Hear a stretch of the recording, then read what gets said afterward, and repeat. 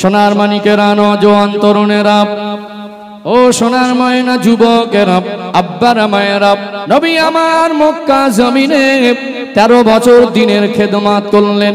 এই 13 বছর মক্কার জমিনের খেদমতের সময়টা আল্লাহ নবীর জীবনের অনেক কঠিন সময় ছিল। বহু ঘাত প্রতিঘাত, আল্লাহ নবীর জীবনে বহু কষ্ট, আল্লাহ নবীকে বহুবার জানে মেরে ফেলার পরিকল্পনা, আল্লাহ নবীকে গালি দিয়েছে কাফের বেঈমানরা, আল্লাহ নবীকে অপমান করেছে, কষ্ট দিয়েছে। ও ভাইজানেরা, সোনার মানিক যুবকেরা, আব্বারা মায়েরা, 13 বছর বহু ঘাত প্রতিঘাতের ভিতর থেকে নবী আমার মক্কার জমিনে সময় অতিবাহিত করলেন। ওই 13 বছরের জীবনের সময়টা এত কঠিন সময় আল্লাহ নবী অতিবাহিত করেছেন। আল্লাহর কোরআনুল কারীম দিয়ে রাষ্ট্র শাসন করবেন, তিনি এই রকম কোন সুযোগ আর পজিশন মক্কার জমিনে পায় নাই। পেয়েছিলেন কি? মক্কার জমিনে 13 বছর ইসলাম কায়েম করবেন, কোরআনুল কারীম দিয়ে রাষ্ট্র শাসন করবেন, এরকম পরিবেশ তৈরি করা মক্কার জমিনে সিচুয়েশন এত কঠিন ছিল, আল্লাহর নবীর পক্ষে ওই সময় সম্ভব হয় নাই। ও ভাইজানেরা, সোনার মানিক যুবকেরা, আব্বারা মায়েরা, একটা সময় কাফেরদের অত্যাচারে, জুলুম অত্যাচারের কারণে আল্লাহর হুকুমে আমার আপনার দয়ার নবী, মায়ার নবী হুজুর আমার, তিনি হিজরত করে মক্কা জমিন ছেড়ে মদিনা জমিনে চলে গেলেন। আল্লাহ নবী এই 13 বছর মক্কার জমিনে ছিলেন, চলে গেলেন মদিনা জমিনে। এই মদিনা জমিনে আল্লাহ নবী গিয়ে একটু দিনের খেদমত করার পজিশনটা গুছিয়ে নিয়েছিলেন। আল্লাহ নবীর চেষ্টা পরিশ্রম, সাহাবায়ে কেরামদের সহযোগিতা, মোটেই 10 বছরের জীবনে কম বেশি 80টারও বেশি প্রতিঘাতী যুদ্ধের মধ্যে আল্লাহ নবী জীবন অতিবাহিত করতে হয়েছে। আল্লাহ নবীর এই 10 বছরের জীবনে 80 বারের মতো মক্কার জমিনে যারা দুশমন ছিল তাদেরও দুশমনি, ইহুদিদের দুশমনি, আরব কান্ট্রির আশপাশ থেকে ভিন্ন ধর্ম অবলম্বীদের দুশমনি। আল্লাহ নবী তিনি এই মক্কার জমিন থেকে মদিনায় হিজরত করে গিয়ে সাহাবাদেরকে নিয়ে এত বেশি খেদমত করেছিলেন। আল্লাহ নবী এই 10 বছরের মেহনতের কারণে মদিনার জমিনে ইসলামিক রাষ্ট্র কায়েম করেছিলেন। আল্লাহ নবী হুজুর আমার ঈমান ইসলামটাকে এমন ভাবে প্রতিষ্ঠিত করলেন, সাহাবাদের সহযোগিতা এত বেশি ছিল। আল্লাহর কোরআনুল কারীমের রাষ্ট্র শাসন কায়েম হয়ে যাবার পরে গোটা মক্কা মদিনায় শান্তি কায়েম হয়ে গেল, মদ বন্ধ হয়ে গেল, জুয়া বন্ধ হয়ে গেল, লুটপাট বন্ধ হয়ে গেল, জেনা ব্যভিচার চুরি বন্ধ হয়ে গেল। আল্লাহর কোরআনুল কারীম দিয়ে রাষ্ট্র পরিচালনা করা, আল্লাহর বিধান, ইসলামিক জীবন ব্যবস্থার মধ্যে থেকে মানুষ শান্তির জীবন অতিবাহিত করবে। আমার আল্লাহর বিধান কোরআনুল কারীম অনুযায়ী মানুষের জীবন অতিবাহিত হবে। অন্ধকারে ডুবে থাকা মানুষগুলো ইসলামের আলো পেয়ে তাদের জীবনটা তো বেশি পরিবর্তন হয়ে গিয়েছিল। আমার আল্লাহ তাদের উপরে শুধু খুশি হয় নাই, সাহাবাদের মধ্যে 10 জন সৌভাগ্যবান সাহাবী এমন তারা ছিলেন, বেঁচে থাকা অবস্থা আমার আল্লাহ তাদেরকে জান্নাতের সার্টিফিকেট দিয়েছিলেন। জোরে বলেন না সুবহানাল্লাহ। মানুষ ইসলামের আলো পেল, ইসলামিক জীবন ব্যবস্থা পেল, কোরআনুল কারীমের মতো সংবিধান পেল। আল্লাহর নবী বহু ঘাত প্রতিঘাতের ভিতর থেকে মক্কার জমিনে সেই পজিশন না হলেও মদিনায় গিয়ে আল্লাহর নবী 10 বছর খেদমতে মেহনতে ইসলামিক শাসন ব্যবস্থা কায়েম করে সাহাবাদের কাছে শান্তির জীবন অতিবাহিতর মাধ্যম হিসাবে ইসলাম প্রতিষ্ঠিত করে আল্লাহর নবী প্রতিষ্ঠিত করে গেছেন। জোরে বলুন সুবহানাল্লাহ। আল্লাহর নবীর ওফাতের পরে এই ইসলামিক মিশনকে, এই খেলাফতের মাধ্যম থেকে রাষ্ট্র পরিচালনার দায়ভারের দায়িত্বটা অর্পণ হলো হযরত আবু বকর সিদ্দিক রাদিয়াল্লাহু আনহু। এইজন্য ইসলামের ইতিহাসে আমার নবীর ওফাতের পরে খলিফাতুল মুসলিমিন খলিফা হলেন হযরত আবু বকর সিদ্দিক রাদিয়াল্লাহু আনহু। কথা ঠিক না বেঠিক? ও ভাইজানেরা, সোনার মানিক যুবকেরা, আব্বারা মায়েরা, আল্লাহ নবীর ওফাতের পরে মক্কার জমিনে আশপাশে কিছু মানুষ দুশমনি করতে শুরু করলো। একটা সময় বলতে লাগলো যাকাত দিতে পারবো না। হযরত আবু বকর সিদ্দিক রাদিয়াল্লাহু আনহু তিনি শক্ত হাতে সামলাতে লাগলেন। আল্লাহ নবীর ওফাতের পরে নিষ্ঠার সঙ্গে তিনি রাষ্ট্র পরিচালনা করতে লাগলেন। তিনি হলেন রাষ্ট্রনেতা, তিনি হলেন মুসলমানদের খলিফা। মাত্র 2 বছর 3 মাস আল্লাহ নবীর ওফাতের পরে তিনি রাষ্ট্র শাসন করেছেন। বেশি দিন তিনি হায়াতে ছিলেন না। নবী আমার ওফাতের পরে মাত্র তার খেলাফতি জীবনের সময়কাল হলো 2 বছর 3 মাস। কতদিন? 2 বছর 3 মাস তিনি ইন্তেকাল করলেন। তানার ওফাতের পরে খলিফা নিযুক্ত হলেন হযরতে সাইয়েদনা ওমর ফারুক রাদিয়াল্লাহু আনহু। কথা ঠিক না বেঠিক?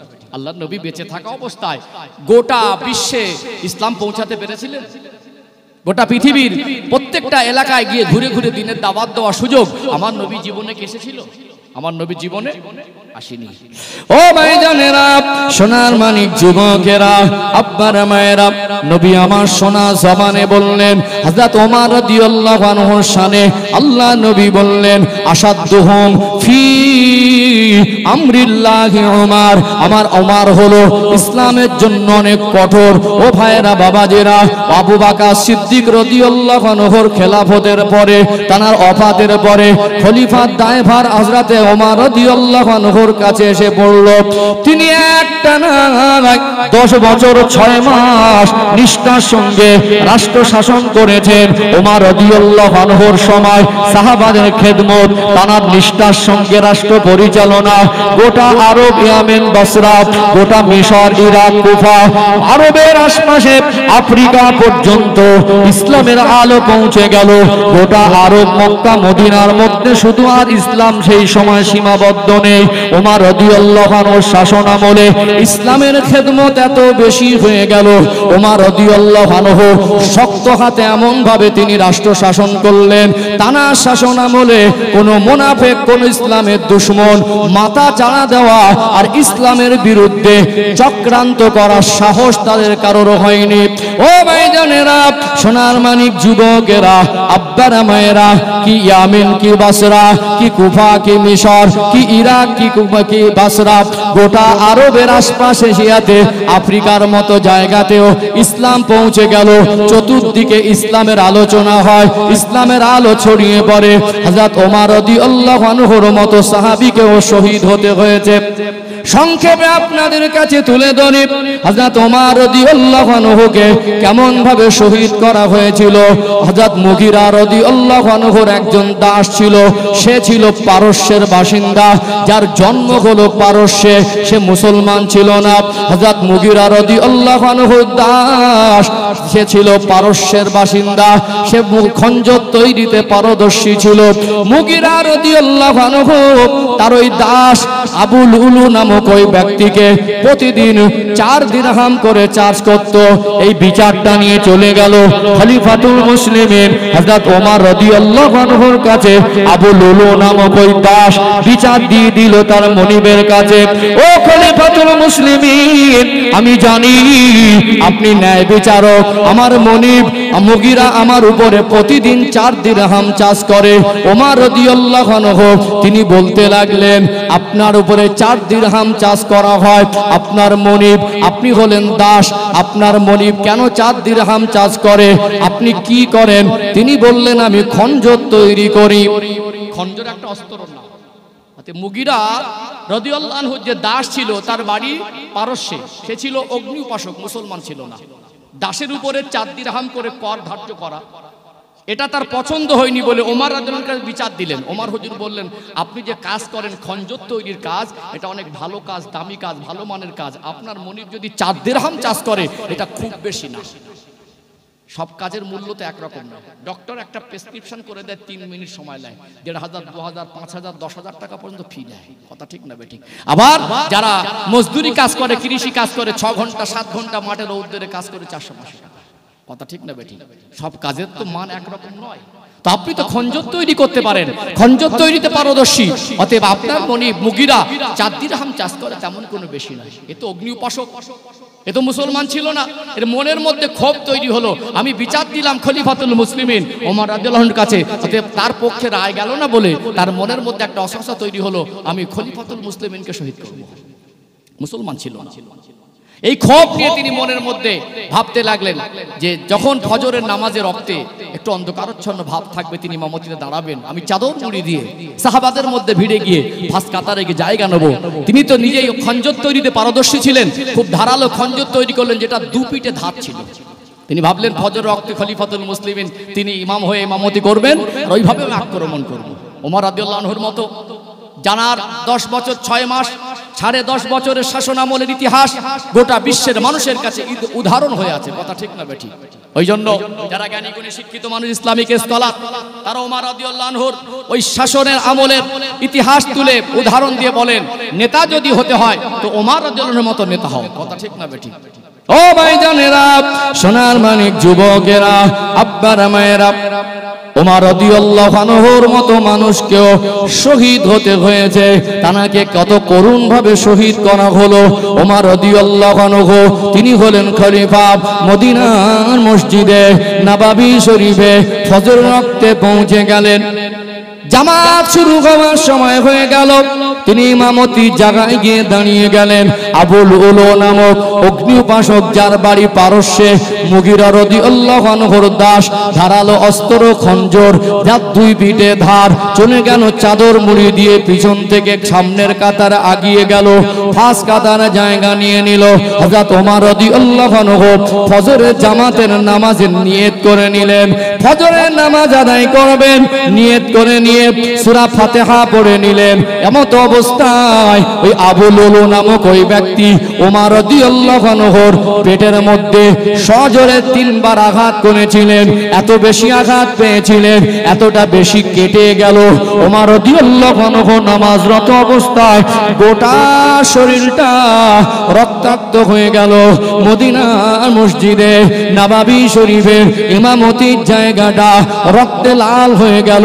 তিনি বুঝতে পেরেছেন, আমি নামাজ পড়াচ্ছি, আমি হলাম ইমাম, আমার পিছনে সাহাবায়ে কেরামেরা গোটা মসজিদ ভরপুর করে ইক্তেদা করে নামাজের নিয়ত করেছে, নামাজটা আল্লাহর জন্য। তবে আমাকে নামাজরত অবস্থায় কে যেন কঠিন অস্ত্র দিয়ে আঘাত করেছে, তারা দাঁড়াবার মতো ক্ষমতা নাই। তিনি বুঝতে পেরে গেলেন, তিনি পিছন থেকে একজনকে সামনে দাঁড় করিয়ে দিলেন। তিনি ওই সময় ওই জমিনে ইমামতির জায়গায় ঢলে পড়লেন। ছোট্ট ছোট্ট সূরা দিয়ে নামাজ সমাপ্ত হবে। ওমর রাদিয়াল্লাহু আনহু তিনি মিম্বারে পড়ে গেলেন। ওই সময় আবুল উলু নামক ব্যক্তি বুঝতে পেরেছেন, আমি এত বেশি আঘাত করেছি, ওমর রাদিয়াল্লাহু আনহু তিনি শহীদ হয়ে যাবেন, তিনি মনে হয় আর হায়াতে বাঁচবেন না। অতএব আমার অবস্থা কি হবে?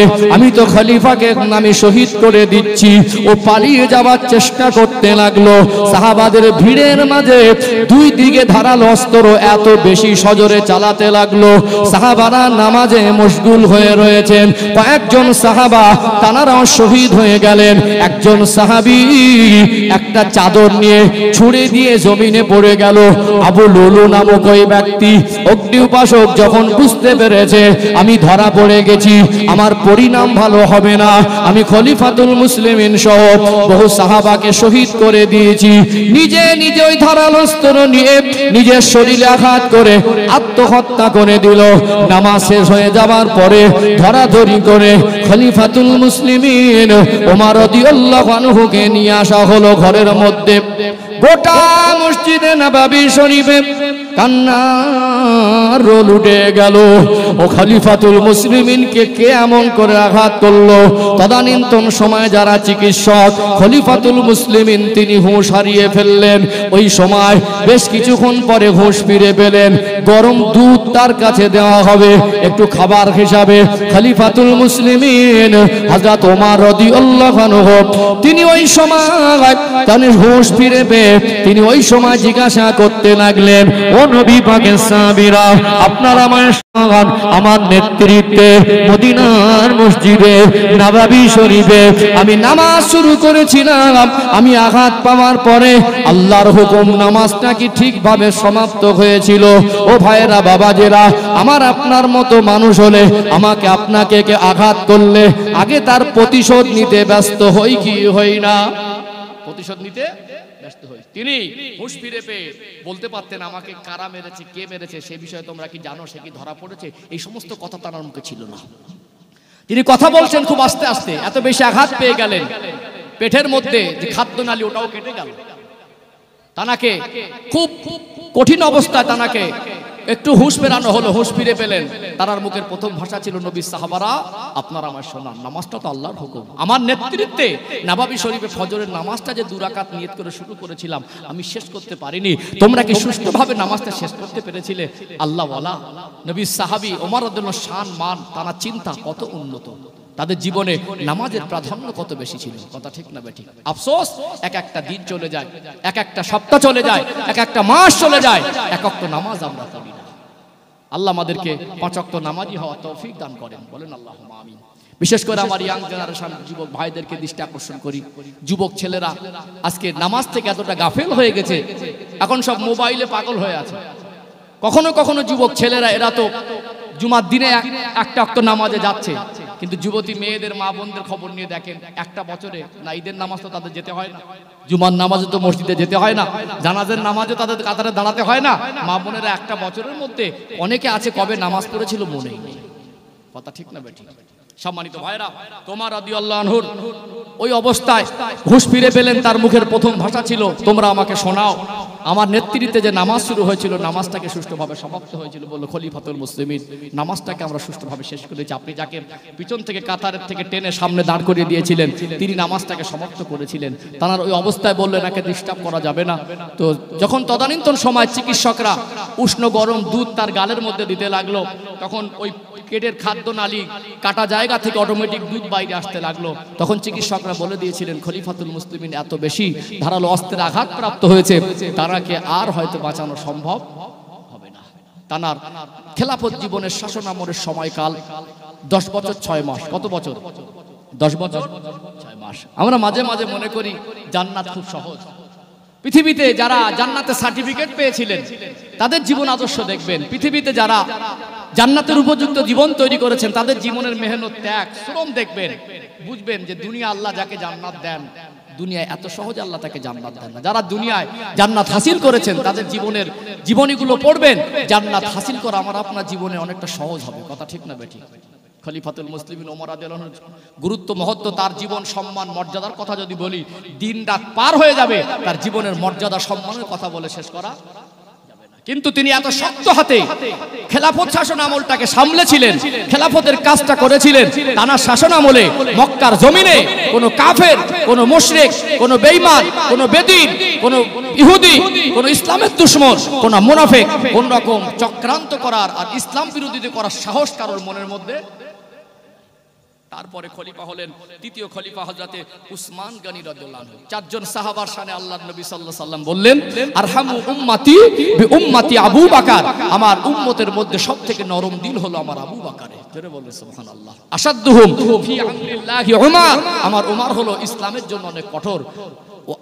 আসদাকুহুম হায়াআন উসমান, আল্লাহর নবী বলছেন আমার উসমান হলেন নরম মনের মানুষ। ওয়াকদাহুম আলী, আলী হলেন ন্যায় বিচারক। 4 জন খলিফার শানে আল্লাহর নবী 4টে কথা বলেছিলেন। ওমর রাদিয়াল্লাহু আনহু তিনি তো শক্ত ছিলেন, নরম ছিলেন না গরম ছিলেন? তার শাসন আমলে ইসলামের বিরোধী করার সাহস আর চক্রান্ত করার দুঃসাহস কোন ইসলাম বিরোধীদের হয়নি।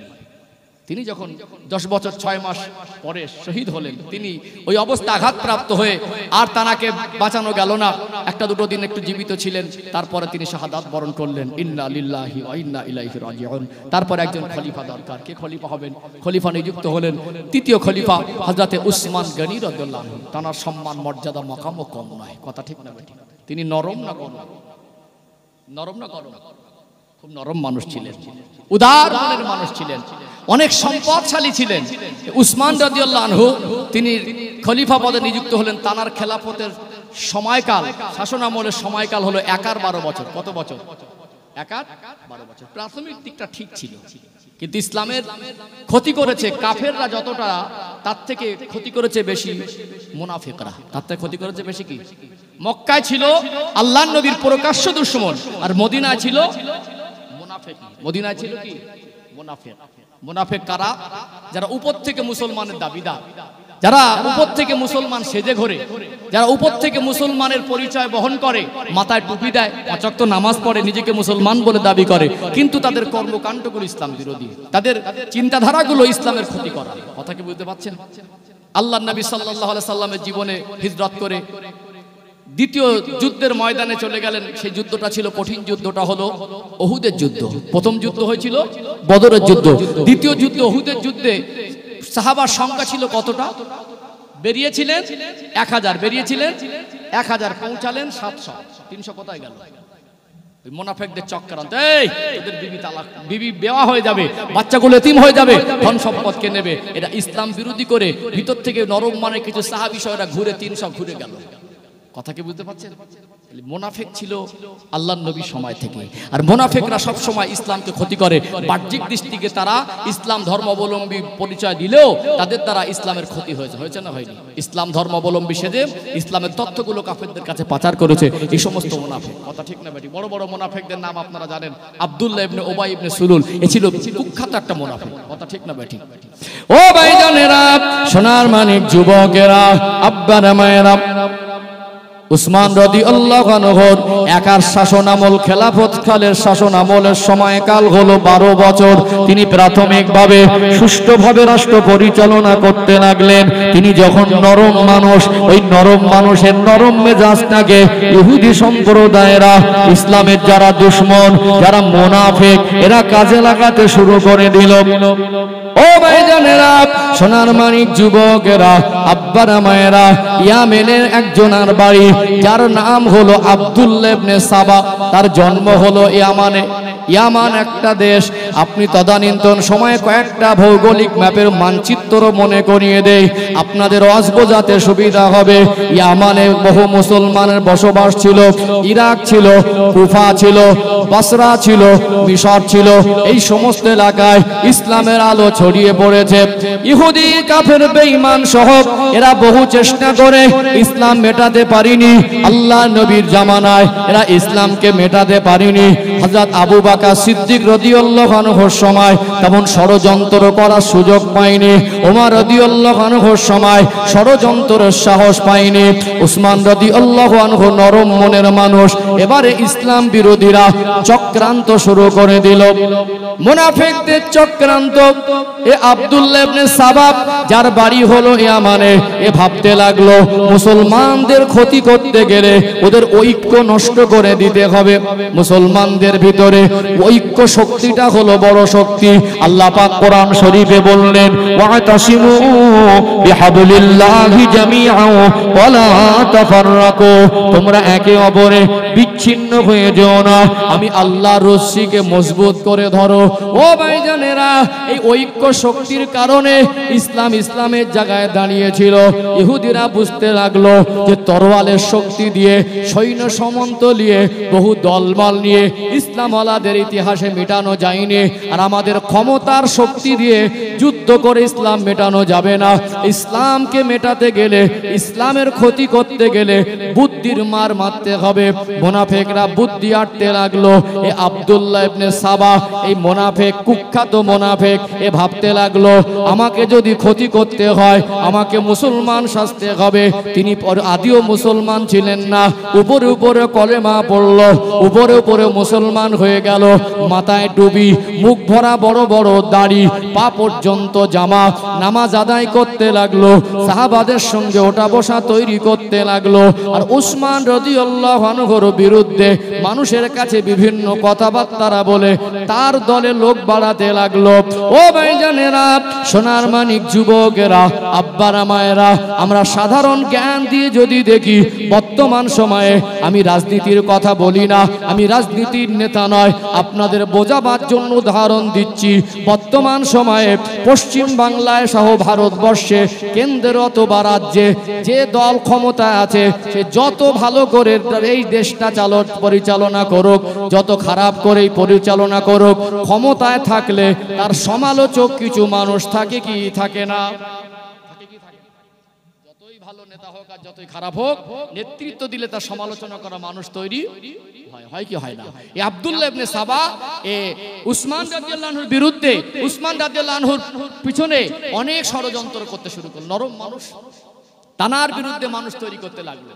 সেখান থেকে কিছু মানুষজন তৈরি করে তারা দলে কিছু মানুষ ভারী করে চলে আসলো ইয়ামান থেকে মদিনায়। মদিনায় এসে সেই রকম বড় দাড়ি, দেখতে একেবারে পাক্কা খাঁটি মুসলমান ইমানদার আল্লাহর ওলির মতো মনে হচ্ছে, কিন্তু উপরটা আল্লাহর ওলির সাজ সেজেছে, ভিতরটা পুরো ইসলামকে চক্রান্তর একটা প্ল্যান নকশা তার মনের মধ্যে তৈরি করে সেই চিন্তাধারা নিয়ে তার কাজ শুরু করেছে। এখন যদি কেউ বলে আমি মুসলমান, কেউ যদি ৫ ওয়াক্ত নামাজ পড়ে, তাকে তো আর তার সঙ্গে লড়াই করা যায় না, যায় কি?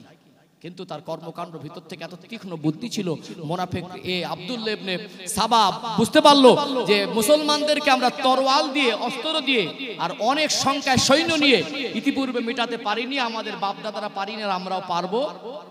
এদেরকে ধ্বংস করতে গেলে চক্রান্ত করে বুদ্ধির মারে মারতে হবে। এই জন্য সে চক্রান্ত করে মদিনায় আসলো। মদিনায় এসে উসমান রাদিয়াল্লাহু বিরুদ্ধে কিছু কথা বলতে লাগলো। এক সময় ডাইরেক্ট খলিফাতুল মুসলিমিন উসমান রাদিয়াল্লাহুকে বললেন, আমাকে মদিনার কোনো একটা বড় দায়িত্ব দেন। আচ্ছা, নিজে নিজে যে দায়িত্ব থাকছে, মানে বুঝতে পেরেছেন? যার ভিতরে যোগ্যতা থাকবে, খলিফা যাকে যোগ্য মনে করবে, জনগণ যাকে যোগ্য মনে করবে, তাকে চেয়ে নিতে হবে না পদ, মানুষ অটোমেটিক তাকে পদের জন্য প্রস্তাব দেবে। কথা ঠিক না বেঠিক? একটা মানুষ যদি যতই উপর থেকে ভালো সেজে ঘুরি, তার ভিতরে যদি আলাদা কোনো চক্রান্ত থাকে, আজ না হয় কাল, না হয় 2 দিন পরে, না হয় 1 মাস পরে, কিছু না কিছু মানুষের কাছে প্রকাশ পাবে কি পাবে না? কিছু না কিছু প্রকাশ পাবে। তার এই খারাপ চিন্তাধারা সাহাবারা তো হায়াতে, বহু সাহাবারা হায়াতে মানুষের কাছে যখন খলিফাতুল মুসলিমিনের বিরুদ্ধে বিভিন্ন কথাবার্তা বলতে লাগলো, একটা সময় তাকে মদিনা থেকে বের করে দেওয়া হলো। মদিনা থেকে বের করে দেওয়ার পরে চলে গেল বাসরায়। বাসরায় গিয়ে সেখানে যে হাসান বসরি, রাবিয়া বসরি নাম শুনেছেন না? অর্থাৎ বাসরা থেকে বাসরি, আমাদের মানে বাংলাদেশ, বাংলায় যারা আমরা বাংলায় বসবাস করি, পশ্চিম বাংলায় বাঙালি বলে না, গুজরাটে যারা বসবাস করে তাদের কি বলে? গুজরাটি বলে না, বিহারে থাকলে বিহারি, ইয়ামানে যারা বাসিন্দা ইয়ামানি বলে কি বলে না?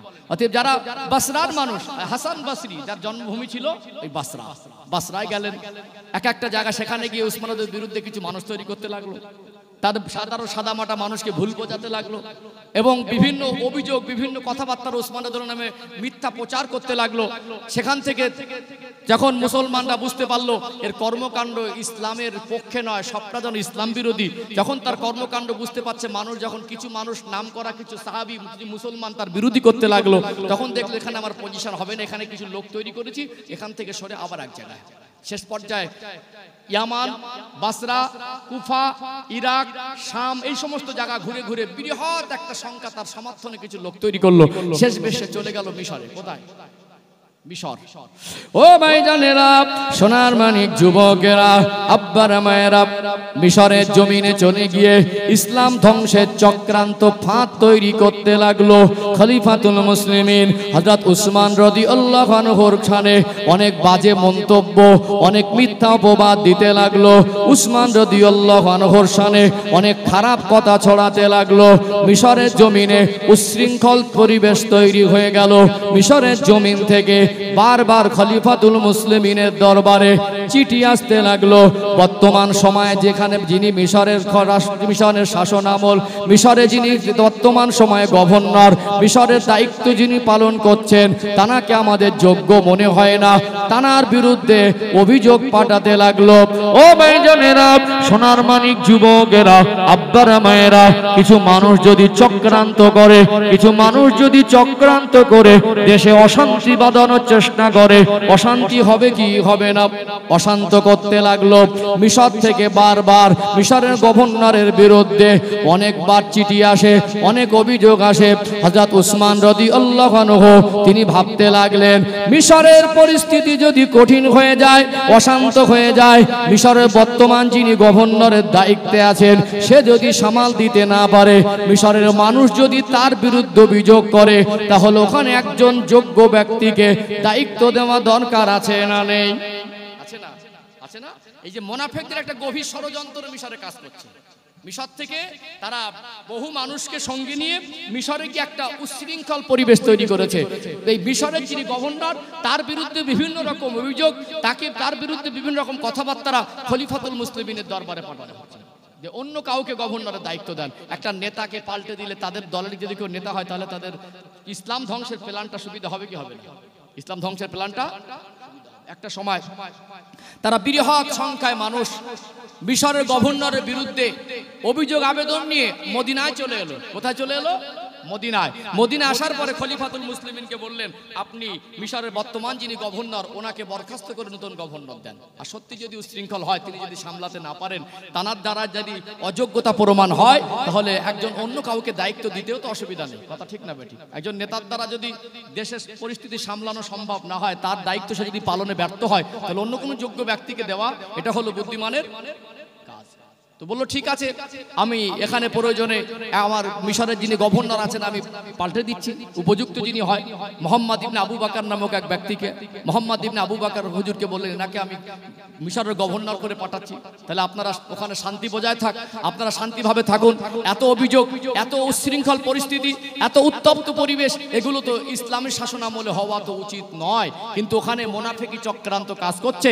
এখন ওটাকে সামাল দেওয়ার জন্য, শান্তির পরিবেশ ফিরিয়ে আনার জন্য ওখানে মোহাম্মদ ইবনে আবু বকর হুজুরকে খলিফা তরফ থেকে গভর্নরের নতুন পদ দিয়ে মানুষ যারা ওখান থেকে অভিযোগ নিয়ে এসেছিল, এর ভিতরে কিছু মুনাফিকের চক্রান্ত ছিল, মুনাফিকরা কিছু ছিল, ওরা সব দলবলে এসেছিল, বলে আপনারা মিশরে চলে যান। তাহলে ওখানে গিয়ে নতুন গভর্নর শান্তি ফিরে আসার কথা, আর মানুষ অভিযোগ করার সুযোগ পাবে না। এর মধ্যে মুনাফিকদের ইন্ধনে একটা চিঠি লেখা হলো গভর্নরের পক্ষ থেকে।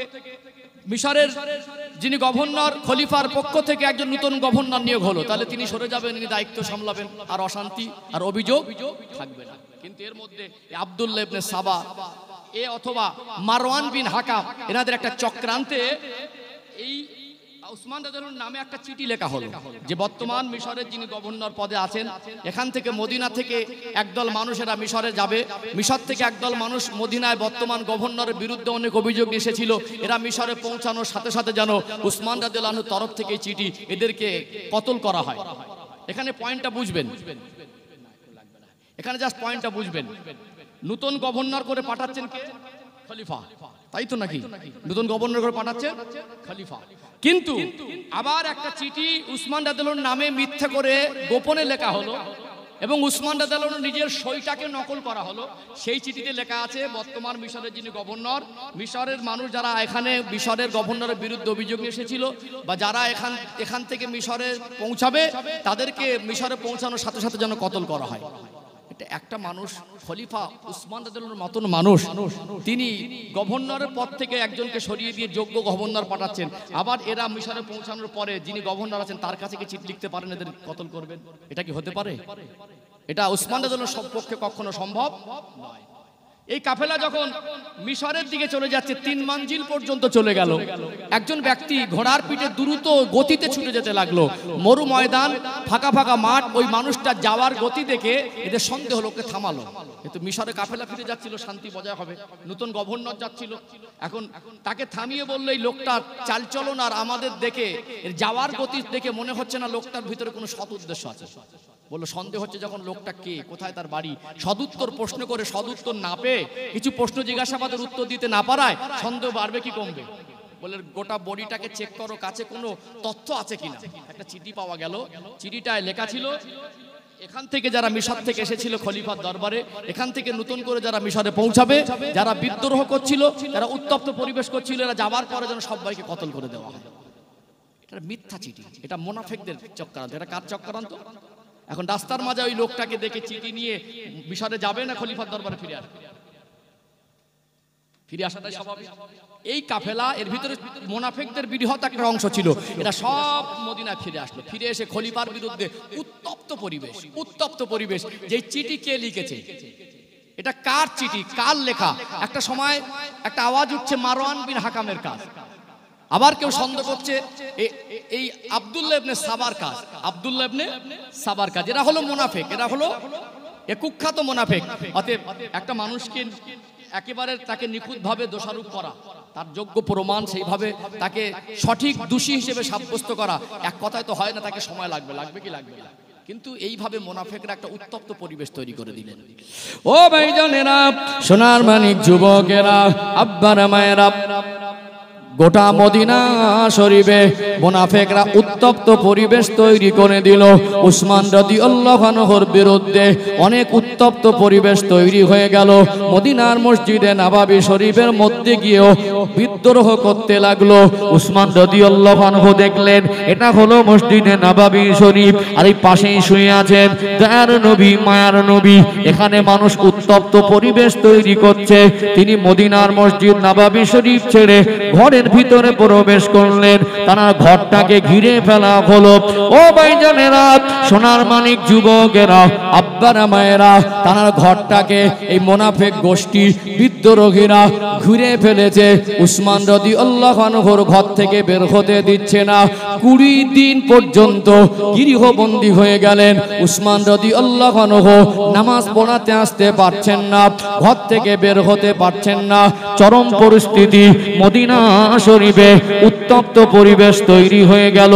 আব্দুল্লাহ ইবনে সাবার গোষ্ঠী মুনাফিকরা ইসলামের ক্ষতি করার যে নকশা এঁটেছিলেন, এরা সফলের জন্য আপ্রাণ চেষ্টা চালাতে লাগলো। শেরে খোদা হযরতে আলী রাদিয়াল্লাহু আনহু দেখলেন উত্তপ্ত পরিবেশ। উসমান রাদিয়াল্লাহু আনহুর ঘরের ভিতরে ঢুকে যারা বিদ্রোহ করছে, যারা অশান্ত করে তুলেছে, যদি উসমান রাদিয়াল্লাহু আনহুকে আঘাত করে আমি আলী সহ্য করতে পারবো না। যেহেতু আলী হুজুরের সঙ্গে তার একটা আত্মীয়র সম্পর্ক ছিল কি ছিল না। আল্লাহ নবী জামাই হলেন শেরে খোদা হযরতে আলী রাদিয়াল্লাহু আনহু, আরেকজন জামাই হলেন হযরত উসমান গনি রাদিয়াল্লাহু আনহু। আলী হুজুর দেখলেন আমার যতটুকু সাধ্য এই উত্তপ্ত পরিবেশ সামাল দেওয়া দরকার আছে না নেই। এত বেশি উত্তপ্ত হয়ে গেল।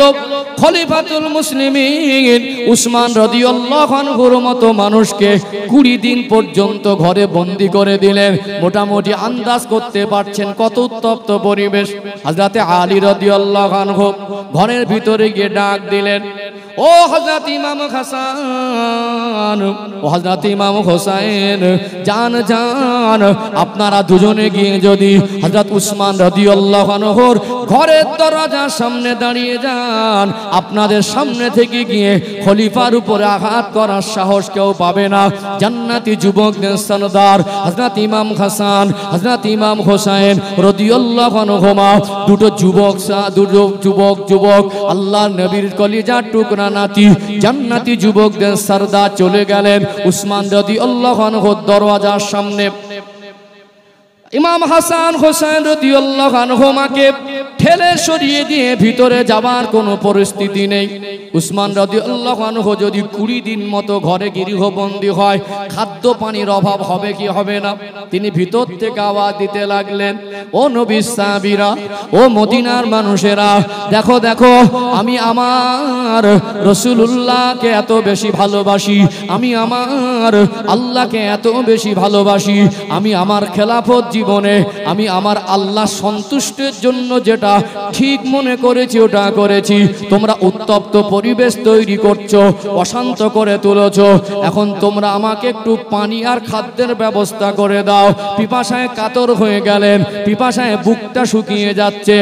ও মদিনার মানুষ, তোমরা একটু আমায় পানির ব্যবস্থা করে দাও। বিদ্রোহীরা পানি দেয় না। উসমান রাদিয়াল্লাহু আনহু বলতে লাগলেন, ও মদিনার মানুষ, একদিন মদিনার মানুষের পানির কষ্ট ছিল। আল্লাহ নবী আমায় বলেছিলেন, ও বাবা উসমান, আল্লাহ তোমার অনেক ধন সম্পদ দিয়েছে, মদিনার মানুষের পানির কষ্ট, ইহুদিরা মুসলমানদের পানি পান করতে দেয় না। ও বাবা উসমান, ওই বীরে রুমা নামক কুয়াটা যদি ইহুদিদের থেকে কিনে নিয়ে মুসলমানদের জন্য আল্লাহ রাস্তায় দান করে দিতে, আমার আল্লাহ খুশি হয়ে যেতেন। আল্লাহর নবীর পূর্ণিমার চাঁদের মতো চমকানো চেহারার দিকে তাকিয়ে বললেন, ইয়া রাসূলুল্লাহ, হাবিবাল্লাহ, যত টাকা দাবি করো ওই বীরে রুমা কুয়াটা কিনে আমি মুসলমানদের জন্য আমি আল্লাহ রাস্তায় দান করে দেব। আরো জোরে বলুন।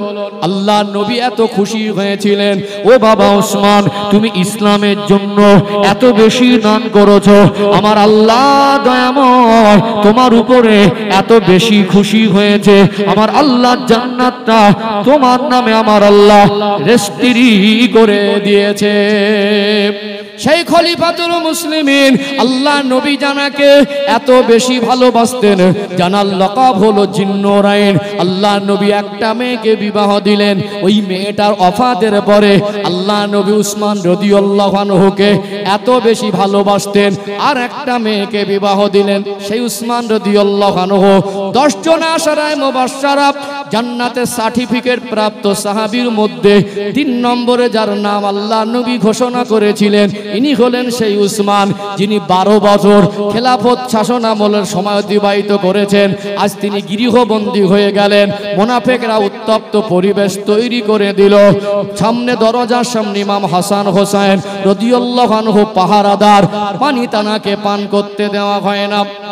পিপাসায় কাতর হয়ে গেলেন, ক্ষুধায় কাতর হয়ে গেলেন, মানসিকভাবে ভেঙে পড়লেন। 20 দিন ঘর বন্দি, ঘর থেকে বের হতে পারে না, খাদ্য পানি নাই, চিন্তার মধ্যে পড়ে গেলেন। কোন রকম পরিস্থিতি শান্ত করা যায় না, কোন রকম পরিস্থিতিতে শান্ত মানুষ হতে চাইছে না। উসমান রাদিয়াল্লাহু আনহু মানসিকভাবে ভেঙে পড়লেন। কয়েকদিনের খাওয়া নাই, ঘুম নাই, রাত গভীর হয়ে গেল। ওটা ছিল 35 হিজরি, ওটা ছিল 35 হিজরি, জিলহজ মাসের 17 অথবা 18 তারিখ। জিলহজ মাসের 10 তারিখে ঈদুল আজহা, আমরা কুরবানির ঈদের নামাজ পড়ি কি পড়ি না? 35 হিজরি জিলহজ মাসের 17 অথবা 18 তারিখ তার ঘরটাকে বন্দি করে রাখা হয়েছে 20 দিনেরও বেশি সময় ধরে। খাদ্য পানির অভাবে মানসিকভাবে ভেঙে পড়লেন। গোটা মদিনার পরিবেশটা উত্তপ্ত পরিস্থিতি হয়ে থাকলো। ওই সময় রাত গভীর হয়ে গেল, এত বেশি মন খারাপ, এত বেশি কান্নাকাটি করতে লাগলেন, এত কঠিন মুসিবতে পড়ে গেলেন। রাতে ঘুম আসে না, একটু তন্দ্রাচ্ছন্ন ভাব এসে গেল, চোখ দুটা বন্ধ হয়ে গেল, চোখে ঘুম এসে গেল। এমন সময় নূর নবী, দয়ার নবী, মায়ার নবী, রাহমাতাল লিল আলামিন আমার রাসূলুল্লাহর সঙ্গে দিদার হয়ে গেল। আরো জোরে বলুন, আল্লাহর নবী হুজুর আমার উসমান রাদিয়াল্লাহু আনহুকে স্বপ্নের মাধ্যমে দেখা দিলেন। উসমান রাদিয়াল্লাহু আনহুকে স্বপ্নের মাধ্যমে দিদার দিলেন। একটা খাঞ্চায় করে আল্লাহ নবী ইফতারি নিয়ে বললেন, ও বাবা উসমান, ও বাবা উসমান, চলে এসো বাবা, আমি রাসূলুল্লাহ তোমার জন্য অপেক্ষা করছি। আল্লাহ নবীর জামাতা জিন্নুরাইন উসমান রাদিয়াল্লাহু আনহুর ঘুমটা ভেঙে গেল। তিনি কাঁদতে লাগলেন, তিনি মনে মনে ভাবতে লাগলেন, নবী আমার ইফতারি নিয়ে আমায় ডাকছেন মনে, আমার শাহাদাতের সময়টা অত্যন্ত করি, আমার শাহাদাতের খুশবু আমি পাচ্ছি। আল্লাহ নবী আমায় ইফতারি নিয়ে ডাকছেন মনে, আল্লাহ নবী আমার ইফতারি নিয়ে অপেক্ষা করছেন মনে, আমার শাহাদাতটা হবে রোজা হালাতে। কোন উসমান রাদিয়াল্লাহু আনহু? তিনি এত সম্পদের মালিক ছিলেন, জানার লকাবটা হলো উসমান গনি। তার দানের ইতিহাস বললে রাত পার হয়ে যাবে কি যাবে না। এই রকম ধনী সাহাবী, মর্যাদা সম্পন্ন সাহাবী, যিনি মুসলমানদের খলিফা হলেন। 12 আর খাদ্য নাই, আজ তানার ঘরে পানি আর খাদ্য নাই। কি কঠিন পরিস্থিতি, তিনি বুঝতে পেরে গেলেন আল্লাহ নবী আমায় ইফতারি নিয়ে ডাকছেন, আমার শাহাদাতটা হবে রোজা হালাতে। পানি পেলেন না, খাদ্য পেলেন না, রোজার নিয়ত করে নিলেন। সকাল হয়ে গেল, রোজা হালাতে বৃদ্ধ রোগীরা ঘরে উল্টো দিক থেকে জানালা ভেঙে ভিতরে কয়েকজন প্রবেশ করে উসমান রাদিয়াল্লাহু আনহুর উপরে তরবারি তলোয়ার দিয়ে আঘাত করলেন। যেহেতু সামনের দরওয়াজায় হযরত ইমাম হাসান, হযরত ইমাম হোসেন রাদিয়াল্লাহু আনহু দাঁড়িয়ে, সামনে থেকে ঢোকার সাহস পায়নি, পিছন থেকে ঢুকে উসমান রাদিয়াল্লাহু আনহুর মতো সাহাবীর উপরে তলোয়ারের আঘাত দেওয়া হলো। তানার বিবি হযরতে নাইলা স্বামীর আঘাত সহ্য করতে পারলেন না, হাত জাগিয়ে দিলেন, হাতের আঙুলগুলো কেটে পড়ে গেল। ইতিহাসে লেখা হলো হাতের কবজিটাও আলাদা হয়ে গেল। উসমান রাদিয়াল্লাহু আনহুর মতো এই রকম জান্নাতি সাহাবীকে মুনাফিকরা চক্রান্ত করে ঘরের মধ্যে বন্দী করে শহীদ করে দিলেন। ইন্না লিল্লাহি ওয়া ইন্না ইলাইহি রাজিউন। সম্মানিত ভাইরা, খুব মর্মান্তিক ভাবে উসমান করা হলো। আমরা কারবালার ইতিহাস শুনে মন নরম করি, মনে কষ্ট লাগে, কিন্তু উসমান রাদিয়াল্লাহু শহীদটা, শাহাদাতটা ইমাম হোসেন হুজুরের থেকে খুব বেশি ফেরা নয়। কথা ঠিক না বেঠিক? প্রায় একই পর্যায়ে। কথা কি বুঝতে পারছেন?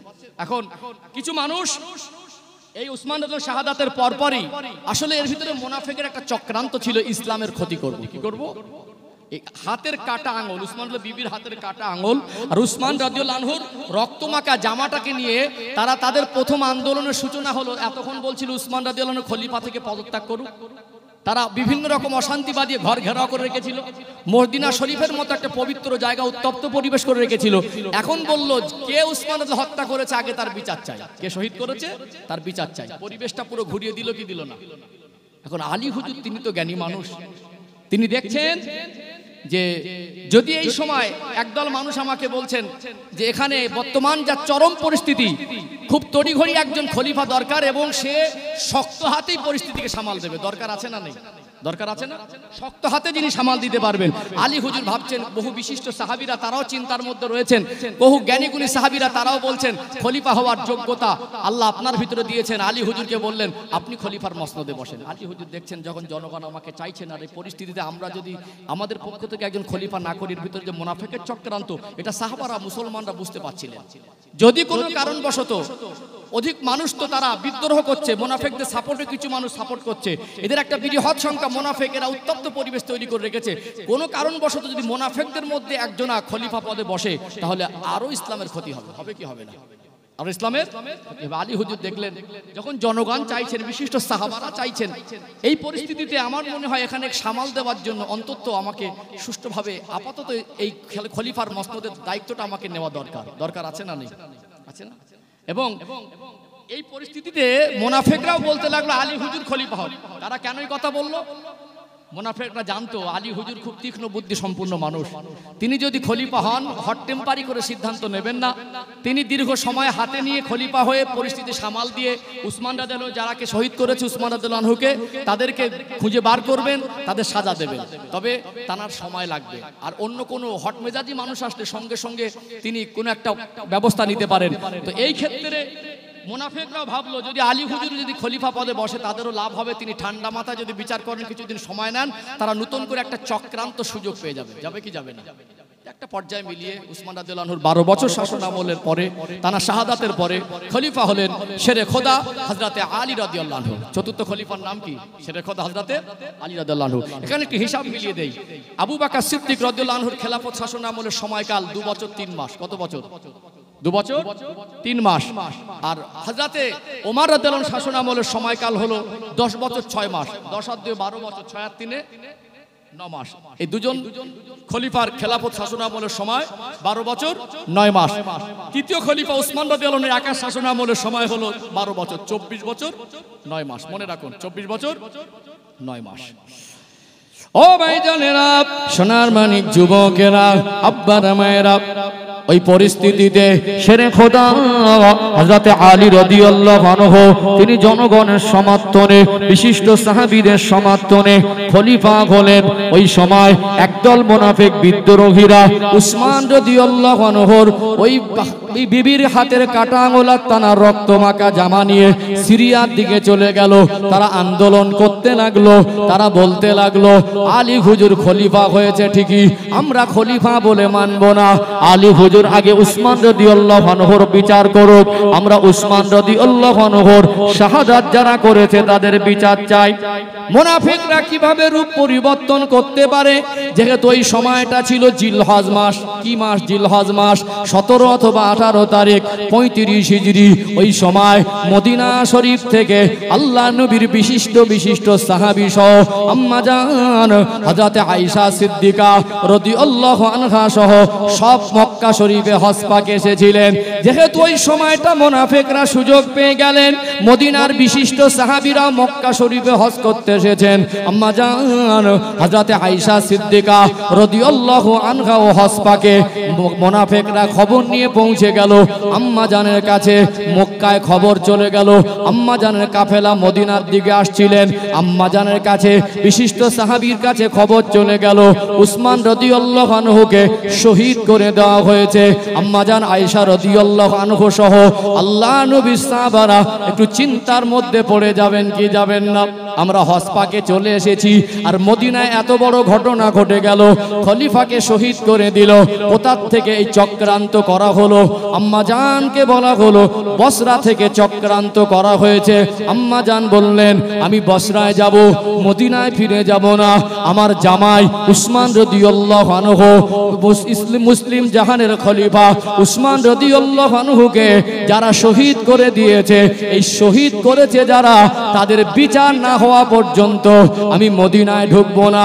একদল মানুষ আম্মা জানের কাছে গিয়ে মুনাফিকরা চক্রান্ত করে বলতে লাগলো আম্মা জান আলী রাদিয়াল্লাহু আনহু তার হয়তো ইন্ধন থাকতে পারে, তিনি খলিফা হবেন বলে খলিফা হওয়ার পদের লোভে তানার ইন্ধনে তানার ইশারা ইঙ্গিতে আলী রাদিয়াল্লাহু আনহুর ইশারা ইঙ্গিতে উসমান রাদিয়াল্লাহু আনহুকে শহীদ করা হয়েছে। মুনাফিকরা আম্মা জানের কান ভারী করতে লাগলো। ও ভাইজানেরা, সোনার মানিক যুবকেরা, আব্বারা মায়েরা, মুনাফিকরা এত গভীর ষড়যন্ত্রের মধ্যে থেকে উত্তপ্ত পরিবেশ তৈরি করছেন। ওই সময় আলী রাদিয়াল্লাহু আনহু বুঝতে পেরে গেছেন এখন আম্মা জানের বিরুদ্ধে, আম্মা জানের কাছে আমি আলী রাদিয়াল্লাহু আনহুর বিরুদ্ধে অনেক বাজে বাজে কথা মুনাফিকরা বলছে। অতএব আমার মনে হয় কোন পরিস্থিতিতে এই দেশ পরিচালনার যে রাজধানী, যেটা বর্তমান সময়ে মদিনা, একটু শান্ত পরিবেশ তৈরি করার জন্য আমাকে একটু এখান থেকে পরিবর্তন করে নিয়ে গেলে ভালো হয়। তবে আমি আগে আম্মা জান হযরত আয়েশা রাদিয়াল্লাহু আনহার সঙ্গে দেখা করি। আম্মা জানের কাছে আলী হুজুরের বিরুদ্ধে মিথ্যা কথা বলছে যে আলী হুজুর খলিফা হবে বলে উসমান রাদিয়াল্লাহু আনহুকে লোক দ্বারা শহীদ করা হয়েছে। এটা কি কোনোদিন হতে পারে? এটা হতে পারে না। আলী হুজুর দেখলে মুনাফিকরা এত কঠিন ষড়যন্ত্র করছে, তারা একদিকে সিরিয়ার দিকে তারা বলল আলী হুজুরকে খেলাফত বলে খলিফা বলে মানবো না, আগে উসমান রাদিয়াল্লাহু যারা শহীদ করে তার বিচার চাই। অপরদিকে একদল মুনাফিক মা আয়েশা রাদিয়াল্লাহু আনহাকে কান ভারী করতে লাগলো, অপরদিকে একদল মানুষ আলী হুজুরকে সমর্থন করতে লাগলো। এরকম একটা উত্তপ্ত চরম পরিস্থিতি, বুঝতে পারছেন সম্মানিত ভাইরা? তো আলী হুজুর দেখলেন না আম্মা জানের সঙ্গে আমার ডাইরেক্ট দেখা করা দরকার আছে না নেই? তো মোটামুটি আলী হুজুর কাফেলা নিয়ে বেরিয়ে গেলেন আম্মা জানের কাছে, মুখোমুখি সন্ধ্যার কাছাকাছি এক জায়গায় হয়ে গেলেন। ডাইরেক্ট শাশুড়ি জামাই তো কথা হয়ে গেল, বললেন খুব কঠিন পরিস্থিতি, চরম পরিস্থিতি, মুনাফিকরা গভীর ষড়যন্ত্র চক্রান্ত করে হযরত উসমান রাদিয়াল্লাহু আনহুকে শহীদ করেছে। এখনো পর্যন্ত পরিস্থিতি শান্তির জায়গায় আনা সম্ভব হয়নি। আমরা মদিনায় ফিরে যাব, ওসমান রাদিয়াল্লাহু যারা শহীদ করেছে তাদেরকে আমরা চিহ্নিত করব, তাদের উপযুক্ত ব্যবস্থা বা সাজা ঘোষণা করব, সব পরিবেশ শান্ত করব। আম্মা জানের সঙ্গে কথা হয়েছে না হয়নি? মুনাফিকরা দেখছে এখন যদি আম্মা জানের সঙ্গে আলী হুজুরের সঙ্গে মিশে যায় আর তারা যদি মদিনায় ফিরে যায় আর যদি তিনি ঠিক নিখুঁতভাবে বিচার করেন, তাহলে আমরা যারা ইন্ধন দিয়ে শহীদ করেছি, আমাদের মধ্যে থেকে যারা উসমান রাদিয়াল্লাহু শহীদ করেছে, তাহলে আমাদের কারোর কিন্তু রেহাই পাবো না, ছাড় পাবো না। এরা ভাবলো কোন রকম ভাবে রাতের মধ্যেই আলী হুজুর আর আম্মা জান আয়েশার মধ্যে একটা পরিবেশ খারাপ তৈরি করে দিতে হবে। রাতের বেলা মুনাফিকরা ষড়যন্ত্র করলো, এদিকে আলী হুজুরের কাফেলা, ওদিকে আম্মা জান আয়েশা রাদিয়াল্লাহু আনহার কাফেলা। বললো আমরা দুটো দলে ভাগ হয়ে যাব, রাতের অন্ধকারে আমরা একদিকে যাব, তোমরা একদিকে থাকবে। আচমকা আমরা এইদিকে তীর মারবো, তোমরা ওইদিকে তীর মারবে। গভীর রাত, রাতের অন্ধকারে মুনাফিকরা দুদিকে ভাগ হয়ে গেল, ভাগ হয়ে গিয়ে একদল আলী হুজুরের দিকে, একদল আম্মাজানের দিকে গেল। রাতের অন্ধকারে আম্মাজানের দিকে যারা মুনাফিক ছিল তারা আলী হুজুরের কাফেলা তীর মারছে, আলী হুজুরের দিকে যারা ছিল তারা আম্মাজানের কাফেলার দিকে তীর মারছে। এই রাতের অন্ধকারে তীরের বর্ষণ যদি শুরু হয়, যুদ্ধ পরিস্থিতি হবে কি হবে না?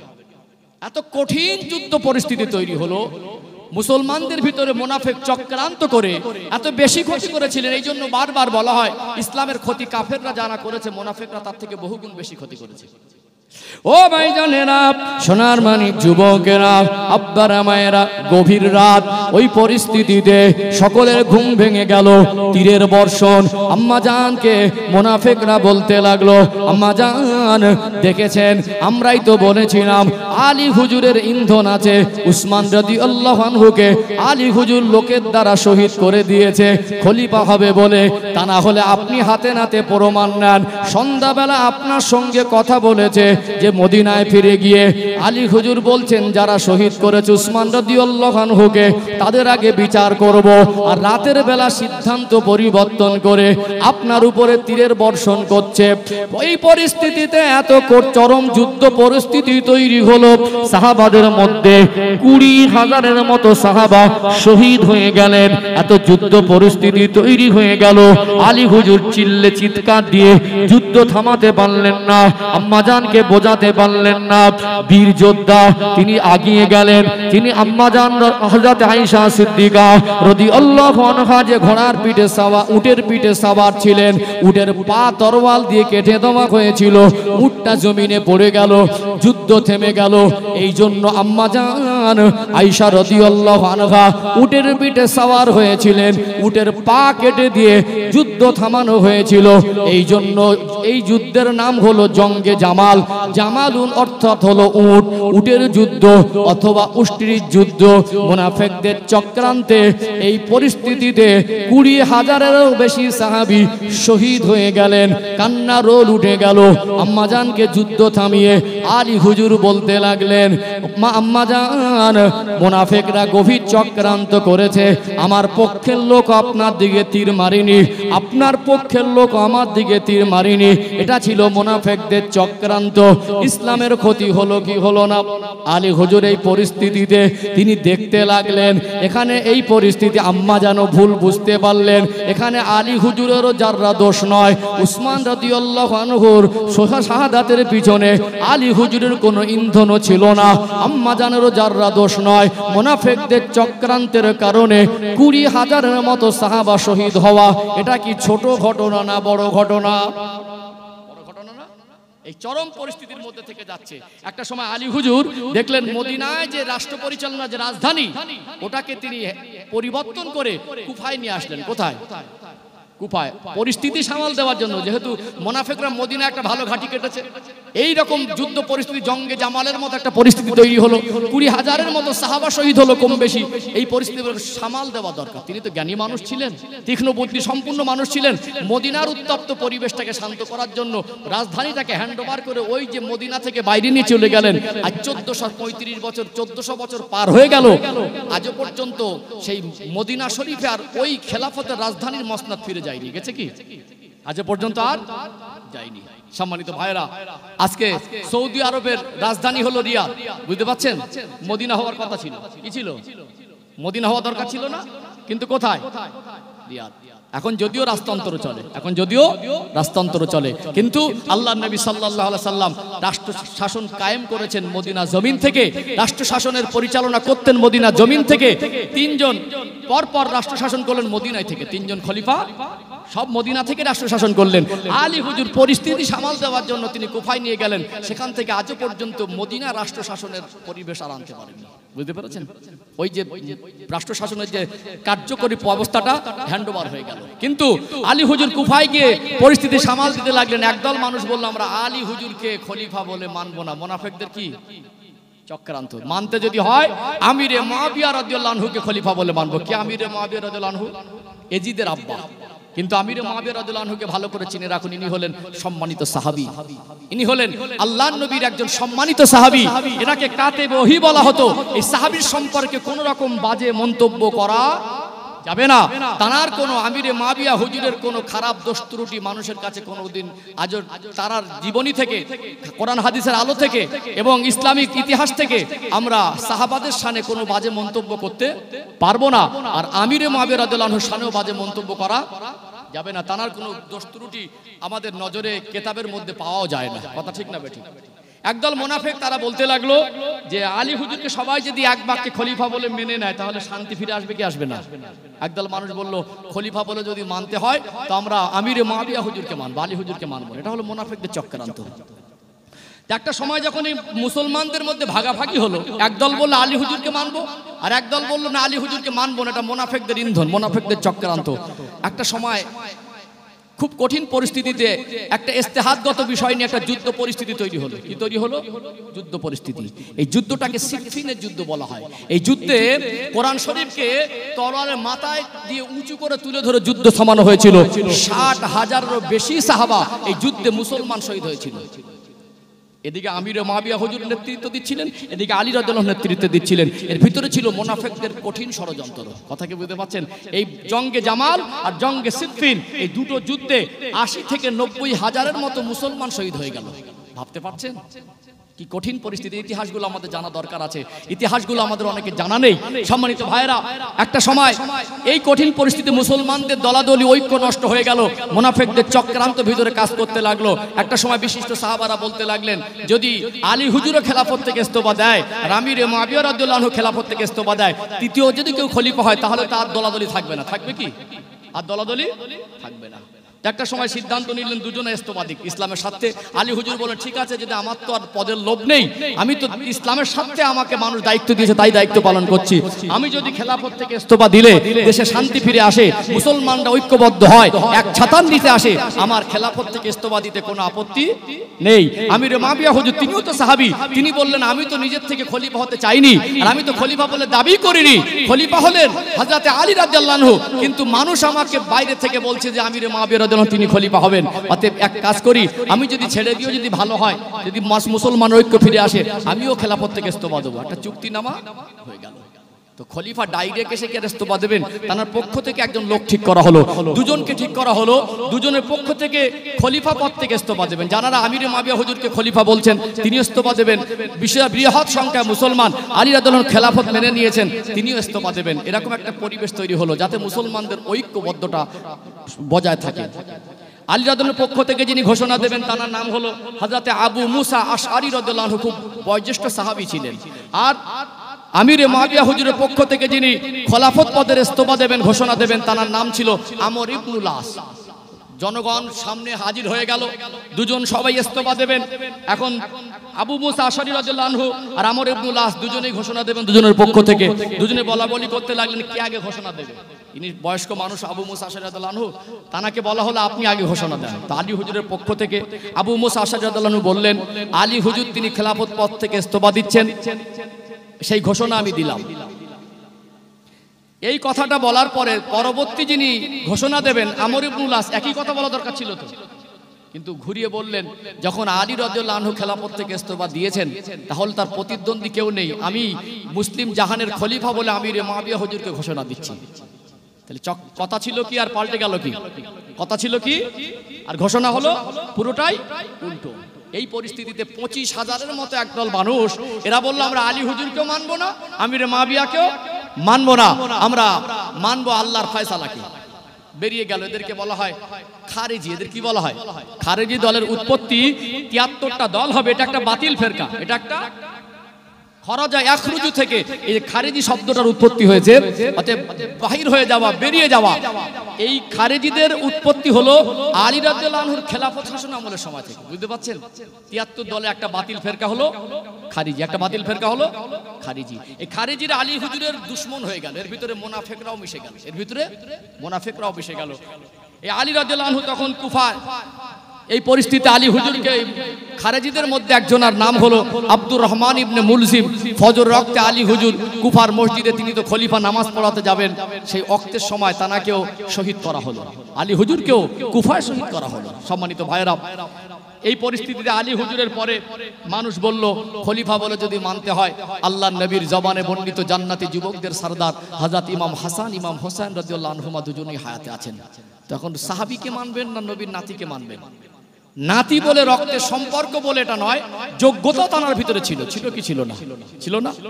ও ভাইজানেরা, সোনার মানিক যুবকেরা, আব্বার মায়েরা, মক্কা মদিনা সহ ইয়ামেন বাসরা কুফা শাম মিশর এই সমস্ত মুসলমানেরা বলতে লাগলো খলিফা বলে যদি মানতে হয় আমরা আমিরে মুআবিয়া রাদিয়াল্লাহু আনহুকে খলিফা বলে মানব না। খলিফা বলে যদি মানতে হয় হযরতে হাসান রাদিয়াল্লাহু আনহুকে খলিফা বলে মানব।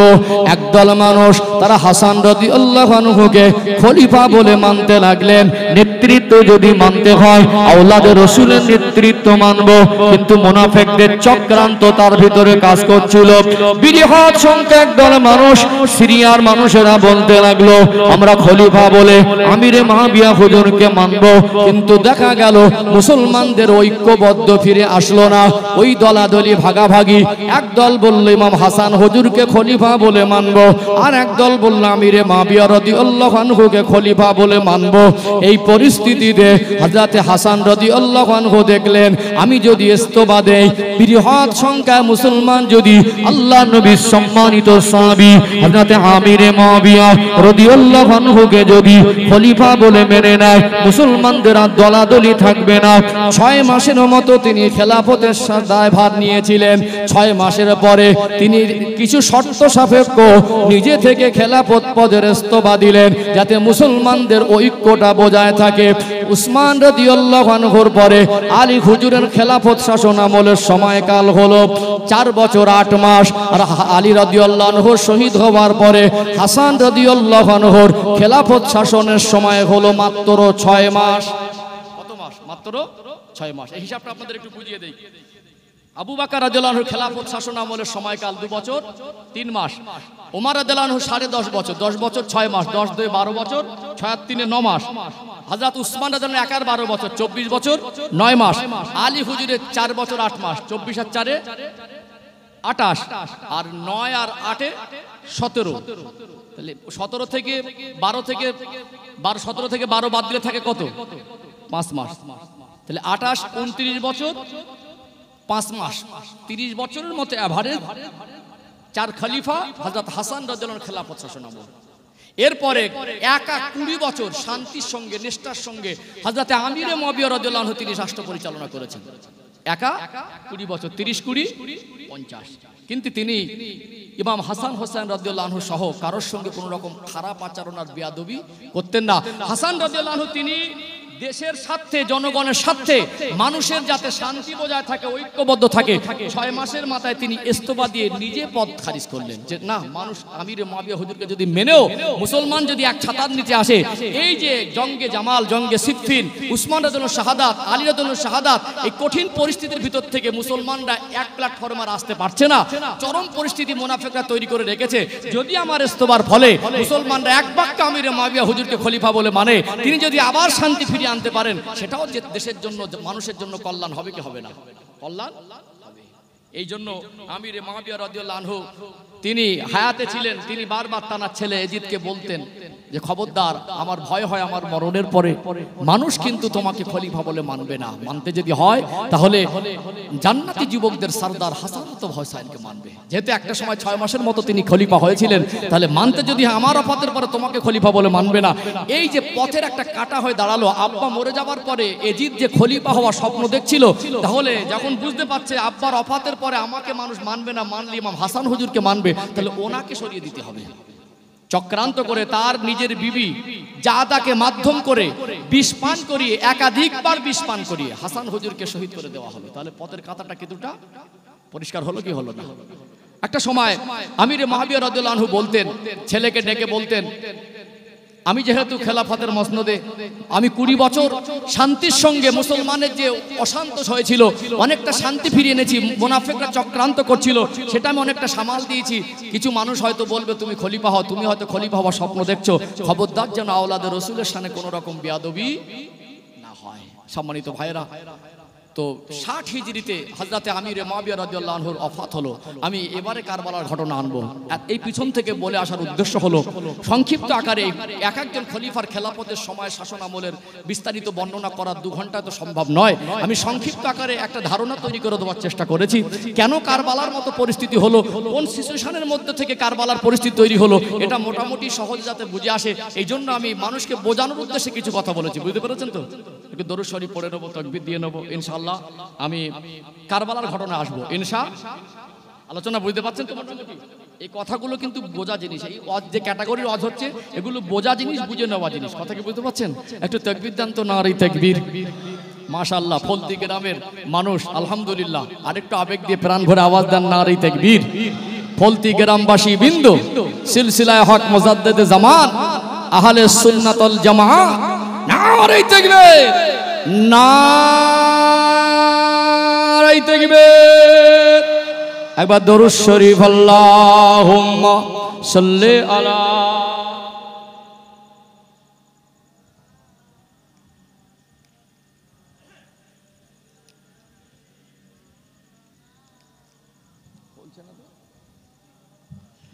हब्बे अहमद अजलही सीने में है, मैं हूँ मेरा दिल मदीने में है, फूल तो फूल काटूं क्या हुस्न है, लुत्फ़े जन्नत से बढ़कर मदीने में है, अल्लाहुम्मा सल्ले अला।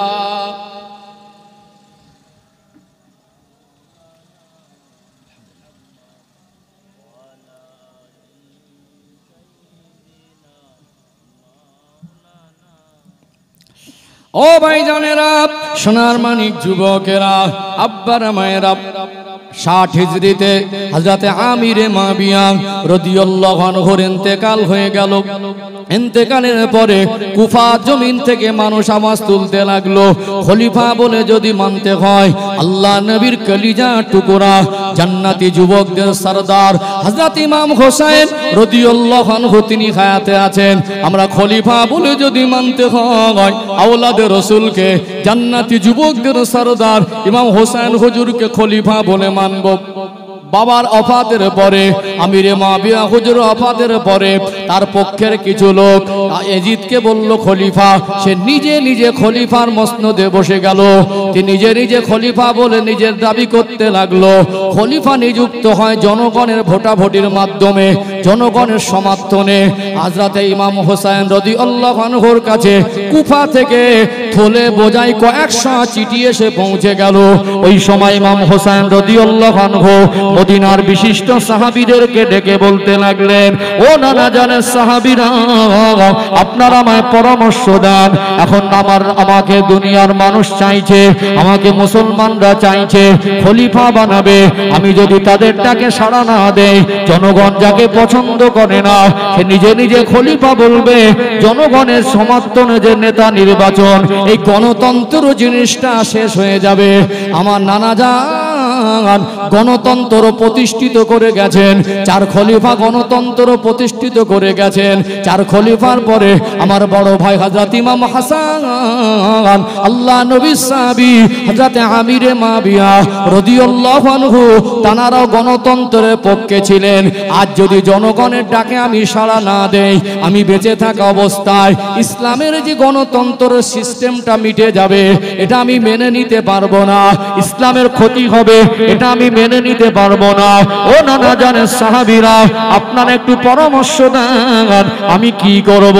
বিশিষ্ট সাহাবীরা তখন হায়াতে আল্লাহ নবীর কলিজার টুকরা নাতি হযরত হোসেন রাদিয়াল্লাহু আনহুকে বললেন, আল্লাহ নবীর কলিজার টুকরা, আমরা আপনাকে কুফায় যেতে দেব না। কুফার মানুষ ভালো না। আপনার আব্বার সঙ্গে তারা গাদ্দারি করেছে, আপনার আব্বাকে কুফায় শহীদ করে দিয়েছে। আপনার বড় ভাই হযরত ইমাম হাসান রাদিয়াল্লাহু আনহুকে শহীদ করেছে। আমরা আপনাকে হারাতে চাই না। আপনি যতদিন হায়াতে থাকেন আপনি আমাদের কাছে কাছে থাকেন। ইমাম হোসেন রাদিয়াল্লাহু আনহু তিনি বললেন, আমি কি করে অন্যায়কে সহ্য করে নেব? ইসলামের ভিতরে গণতন্ত্র চালু মিটে গিয়ে রাজতন্ত্র চালু হবে, এটা আমি মেনে নিতে পারি না। তিনি সিদ্ধান্ত করলেন আমার মনে হয় যাওয়া দরকার। কিছু কিছু সাহাবী বললেন আপনি ডাইরেক্ট যাবেন না, আপনার পক্ষ থেকে একজন প্রতিনিধিকে কুফায় পাঠান, ওখানকার পরিস্থিতি বুঝে আপনাকে চিঠি লিখবে, তারপরে যাবে। ইমাম হোসেন রাদিয়াল্লাহু আনহুর চাচাতো ভাই হযরত মুসলিম বিন আকিলকে পাঠিয়ে দেওয়া হলো কুফায়। কুফার মানুষ ইমাম হোসেন রাদিয়াল্লাহু আনহুর পক্ষ থেকে পাঠানো মুসলিম বিন আকিল হুজুরের হাতে হাত দিয়ে বায়াত হচ্ছে।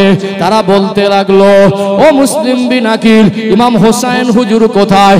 আওলাদে রাসূলকেই খলিফা বলে মানবো, এজিদ খলিফার যোগ্য না, এজিদকে আমরা খলিফা বলে মেনে নিতে পারি না।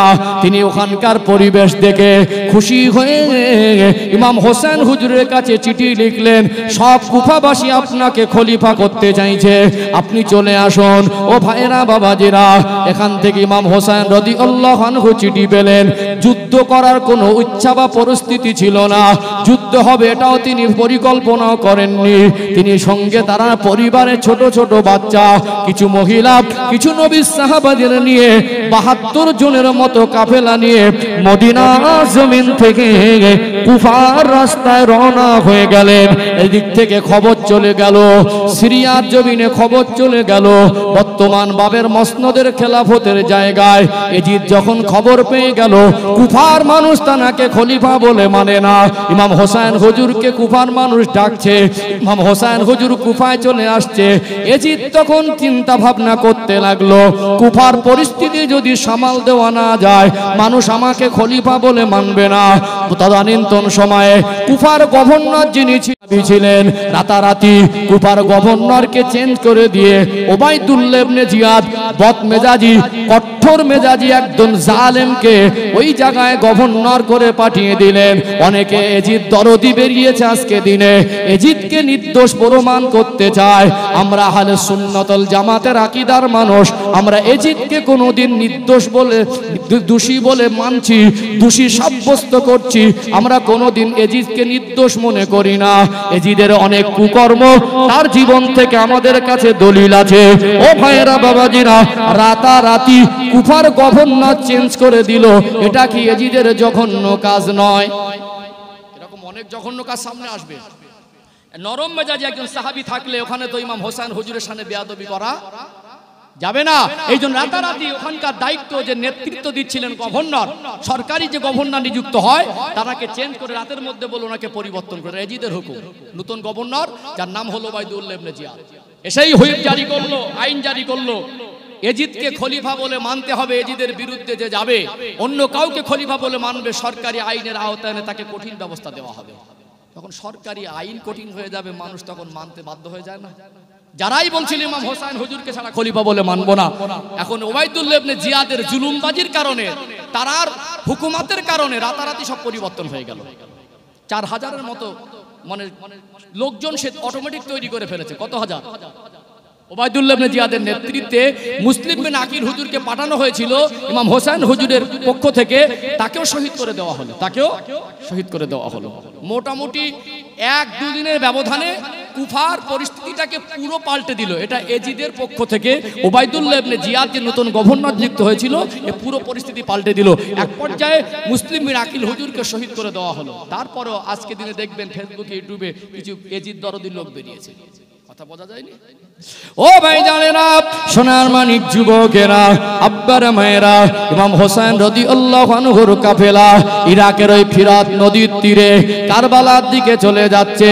কারবালার কাছাকাছি এই সময় কিছু মানুষ ওই পরিস্থিতি বুঝতে পেরে কুফার মানুষেরা বলতে লাগলো, আপনি হলেন আওলাদে রাসূল, আমার রাসূলুল্লাহর কলিজার টুকরাকে দেখে চিনতে পেরে গেছে, আপনি খবরদার যাবেন না, কুফার পরিস্থিতি পাল্টে গেছে। গেছে। আপনাকে যারা খলিফা বলে মানছিল তারা সব রাতারাতি পরিবর্তন হয়ে গেছে। আপনার ভাই মুসলিম বিন আকিলকে শহীদ করে দেওয়া হয়েছে। আল্লাহ নবী হুজুর আমার ভবিষ্যৎবাণী করেছিলেন, তার ভবিষ্যৎবাণী সম্পর্কে ইমাম হোসেন হুজুর কিছুটা উপলব্ধি করেছিলেন। তার যেন শাহাদাতের তামান্না তার মনের মধ্যে, তার মনটা বারবার টানছিল। মুসলিম বিন আকিল হুজুরের ভাই ওই সঙ্গে কাফেলার মধ্যে ছিল, বলতে লাগলো আমার ভাইকে শহীদ করা হয়েছে।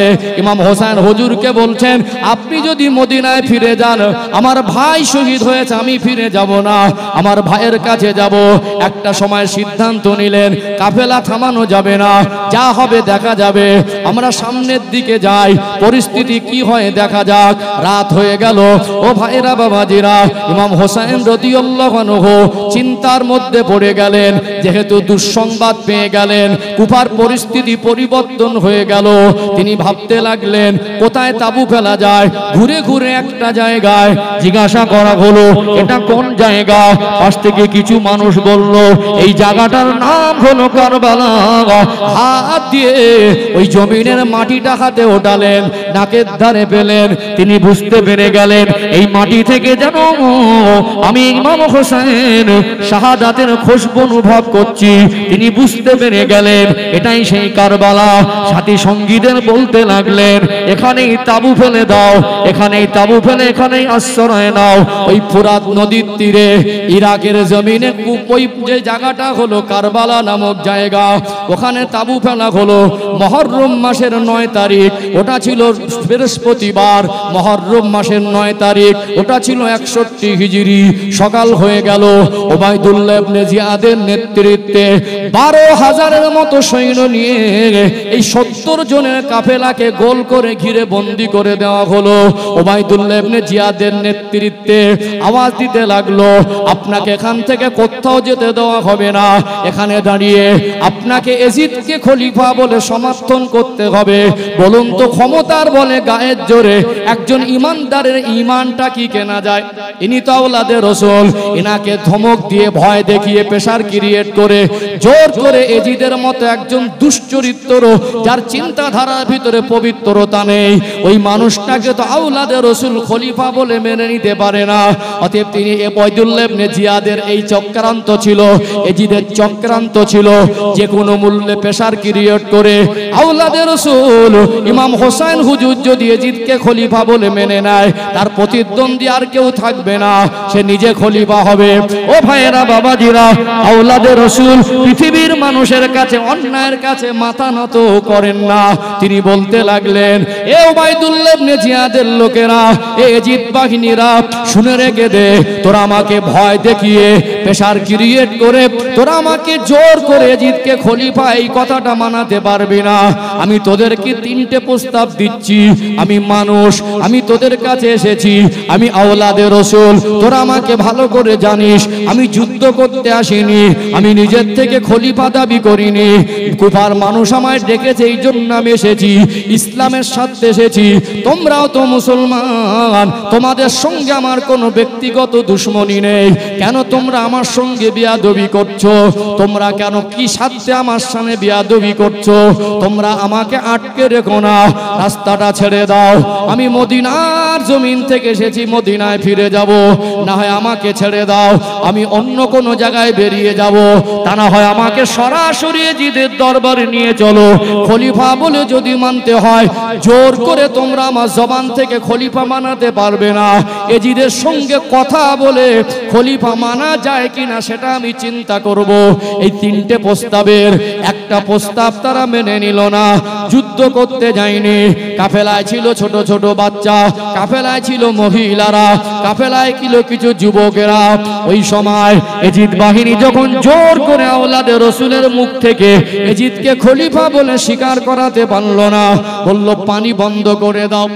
কয়েকদিনের সফর, পানির সংকট দেখা দিল কাফেলার মধ্যে। খাদ্য পানির অভাব, চিন্তার মধ্যে পড়ে গেলেন। ও ভাইরা বাবাজিরা, এই পানির সংকটের ভিতরে চতুর্দিকে মানুষ ঘিরে রেখেছে। ইমাম হোসেন হুজুরকে জোর করে খলিফা বলে এজিদকে মানতে হবে এই প্রস্তাব দিয়েছে। ইমাম হোসেন হুজুর নত হয়নি, মানুষের দুনিয়ার দাপটের কাছে নত হয়নি।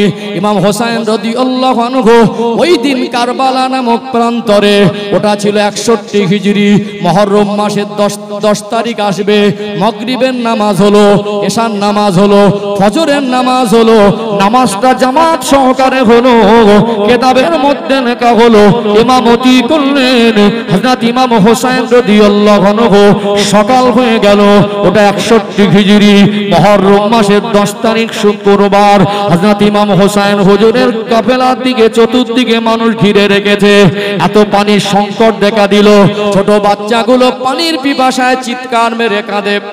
হযরত ইমাম হোসেন রাদিয়াল্লাহু আনহুর ছোট বাচ্চা, যার নাম হলো হযরত আলী আসগর আওলাদে রাসূল, হযরত ইমাম হোসেন হুজুরের বিবি ডাক দিলেন, ও হযরত ইমাম হোসেন, ও হযরত ইমাম হোসেন, জান্নাতি যুবকদের সরদার, আমার প্রাণের স্বামী, আপনার ছোট বাচ্চা আলী আসগরের পিপাসায় কাতর হয়ে কাঁদে। আমি মা, আমার বাচ্চার কষ্ট সহ্য করতে পারি না, আপনি একটু আপনার বাচ্চাকে এই এজিদের লোকজনের সামনে তুলে ধরেন। এই বাচ্চাটা হলো আওলাদে রাসূল, এর জন্য হয়তো ওদের মনে দয়া হবে, হয়তো ফুরাত নদীর অফুরন্ত পানি, এর জন্য একে সামনে একে দেখে হয়তো পানিরটা রাস্তাটা খুলে দেবে। আওলাদে রাসূলের পিপাসায় কাতর কান্না। আলী আসগরকে বুকে জড়িয়ে নিলেন। কোন আলী আসগর? কিতাবের বর্ণনায় লেখা হলো আলী আসগর হুজুরের চেহারা মোবারকের বর্ণনা, আলী আসগর হুজুরের অবয়বটা হুবাহু আমার রাসূলুল্লাহর মতো দেখতে ছিল। জোরে বলুন সুবহানাল্লাহ। হযরত ইমাম হোসেন রাদিয়াল্লাহু আনহু বলতেন, আমার নানা জানের ওফাতের পরে আমার কলিজার টুকরা আমার আলী আসগরের দিকে যখন দেখি, আমার নানা জানের চেহারার ওই স্মৃতিটা আমার মনে পড়ে যায়। আমার নানা জানের চোখ দুটা যেমন ছিল, আমার নানা জানের কপাল মোবারকটা যেমন ছিল, আমার নানা জানের কান দুটা যেমন ছিল, আমার নানা জানের ঠোঁট মোবারক দুটা যেমন ছিল, আমার নানা জানের চেহারার হুবাহু নকশাটা যেন আমি আমার আলী আসগরের চেহারার মধ্যে পেতাম। আমার নানা জান চলে যাবার পরে যতবার আমি আমার আলী আসগরের দিকে দেখি, আমার নানা জানের স্মৃতিটা মনে পড়ে। সেই আদরের বাচ্চা ওই ঠোঁটে মুখে বারবার চুমা দিতেন, ওই বাচ্চার কষ্ট সহ্য করতে পারলেন না, বিবির চোখের পানি। ও বিবি, আলী আসগরকে একবার আমার কোলে দেন। কোলে উঠিয়ে নিলেন, কাফেলা থেকে ওই তাঁবুর ভিতর থেকে বেরিয়ে গেলেন, বাচ্চাটাকে উঁচু করে ধরলেন। এ জিদের সৈনিকেরা, দেখ দেখ, এটা সেই আলী আসগর যার অবয়বটা আমার নানা জানের মতো দেখলে মনে হয়। এই বাচ্চাটার সঙ্গে তোদের কোনো দুশ্মনী নেই, আমার সঙ্গে তোদের কোনো বোঝাপড়া থাকতে পারে, এই বাচ্চাটার সঙ্গে তোদের কোনো দুশ্মনী থাকার তো কথা নয়। দেখ দেখ, এটা আওলাদে রাসূল, আমি আমার বাচ্চাকে অনেক বেশি ভালোবাসি, আমার আলী আসগরের কষ্ট সহ্য করতে পারছি না। এই ফুরাত নদীর অফুরন্ত পানি, একটুখানি তোরা রাস্তা ছেড়ে দে, আমার নানা জানকে আমার আল্লাহ দয়াময় হাউজে কাউসারের পানি এনায়েত করেছে। হাসরের ময়দানে হাসরবাসী পানি পানি পানি পানি করে পেরেশান হবে। আমার নানা জান নিজে হাতে করে তার উম্মতি দিগকে পানি পান করাবে। আজ তোরা যদি আওলাদে রাসূল, আমার ছোট বাচ্চা আলী আসগরের জন্য ওই ফুরাত নদীর অফুরন্ত পানিটা একটু ছেড়ে দিস, আমি নানা জানের হাত থেকে হাসরের ময়দানে তোদেরকে হাউজে কাউসারের পানি পান করাবো। এই সময় ইমাম হোসেন হুজুর মনে করেছিলেন পানির রাস্তা খুলে দেবে। এমন সময় নিষ্ঠুর পাষাণদের ভিতর থেকে তীরের আঘাত এসে, একটা তীর এসে আওলাদে রাসূল ছোট বাচ্চা যার অবয়বটা আমার রাসূলুল্লাহর মতো সিনার ভিতরে গেঁথে উপর দিক থেকে বেরিয়ে গেল আওলাদে রসুলের রক্তে। হযরত ইমাম হোসেন হুজুরের দুটা হাত রক্তে লাল হয়ে গেল। আলী আসগর হুজুরকে বুকে জড়িয়ে ধরলেন। পরনা তহবান মোবারক, পরনা জুব্বা পিরহান মোবারকটা ওটা লাল হয়ে গেল। তিনি বুকে জড়িয়ে ধরলেন। ওই বাচ্চাটাকে বুকে জড়িয়ে ধরে এমন ভাবে চোখ থেকে পানি ঝরে নির্বাক হয়ে গেলেন। আহারে নিষ্ঠুর, তোরা বেয়াদবি করিস আওলাদে রসুলের সঙ্গে। বল বল, আমার আলী আসগরের কি অপরাধ ছিল? আমার আলী আসগরকে তোরা এইভাবে মেরে দিলি। এ জিদ বাহিনীরা, এ ওবাইদুল্লাহ ইবনে জিয়াদের নেতৃত্বের মানুষেরা, তোরা এত নিষ্ঠুর আমি জানতাম না। তোরা যদি আমার বাচ্চাকে, আমার আলী আসগরকে এইভাবে শহীদ করে দিবি জানতাম, আমি আমার বাচ্চাকে তুলে ধরতাম না। বুকে জড়িয়ে ধরলেন, চোখ ভরা পানি, নির্বাক হয়ে গেলেন। কাঁদতে কাঁদতে তাঁবুর মধ্যে ঢুকে গেলেন। বিবিকে ডাক দিয়ে বললেন, ও বিবি, তোমার আলী আসগরের নসিবে দুনিয়ার কোনো পানি হয়নি। আমার আল্লাহ আলী আসগরকে শাহাদাতের পানি পান করিয়ে দিয়েছেন। ছোট বাচ্চার রক্ত দেখে, তীরের আঘাত দেখে গোটা কাফেলার মধ্যে কান্নার রোল উঠে গেল। যারা সাথী সঙ্গী ছিলেন আমাদের সামনে আওলাদে রসুলের এমন শাহাদাত, আমরা কি করে চুপ করে থাকবো? আজ যদি মুখ বুজে সহ্য করি, বিচারের ময়দানে আমি রসুলুল্লাহর সামনে গিয়ে কি মুখ দেখাবো? আওলাদে রসুলের উপরে এরকম আঘাত সহ্য করা যাবে না। মরতে যদি হয়, শহীদ যদি হতে হয়, আওলাদে রসুলের জন্য শহীদ হব। তাবু থেকে বের হয়, তীরের বর্ষণ শুরু হয়। তাবু থেকে বের হয়, তীরের বর্ষণ শুরু হয়। চতুর্দিকে তাবু, চতুর্দিকে একজন পুরুষ মানুষ ছিলেন কাফেলায়। ওই 72 জনের কাফেলার মধ্যে শহীদ হয়ে যেতে লাগলেন। চতুর্দিকে রক্তাক্ত শহীদানের লাশ। ইমাম হোসেন হুজুর দেখছেন, যে বেরিয়ে যায় তার উপরে আঘাত আসে। ইমাম হোসেন হুজুর দেখলেন কাফেলায় 72 জনের মধ্যে আর মাত্র কয়েকজন অবশিষ্ট। এর মধ্যে শিশু বাচ্চা, এর মধ্যে মহিলারা আছে। চিন্তায় পড়ে গেলেন, কি করা যায়? শেষবেশ সিদ্ধান্ত নিলেন, নানা জানের অথবা আল্লাহ নবীর সবুজ পাগড়ি মোবারকটা নিজে মাথায় বেঁধে নিলেন।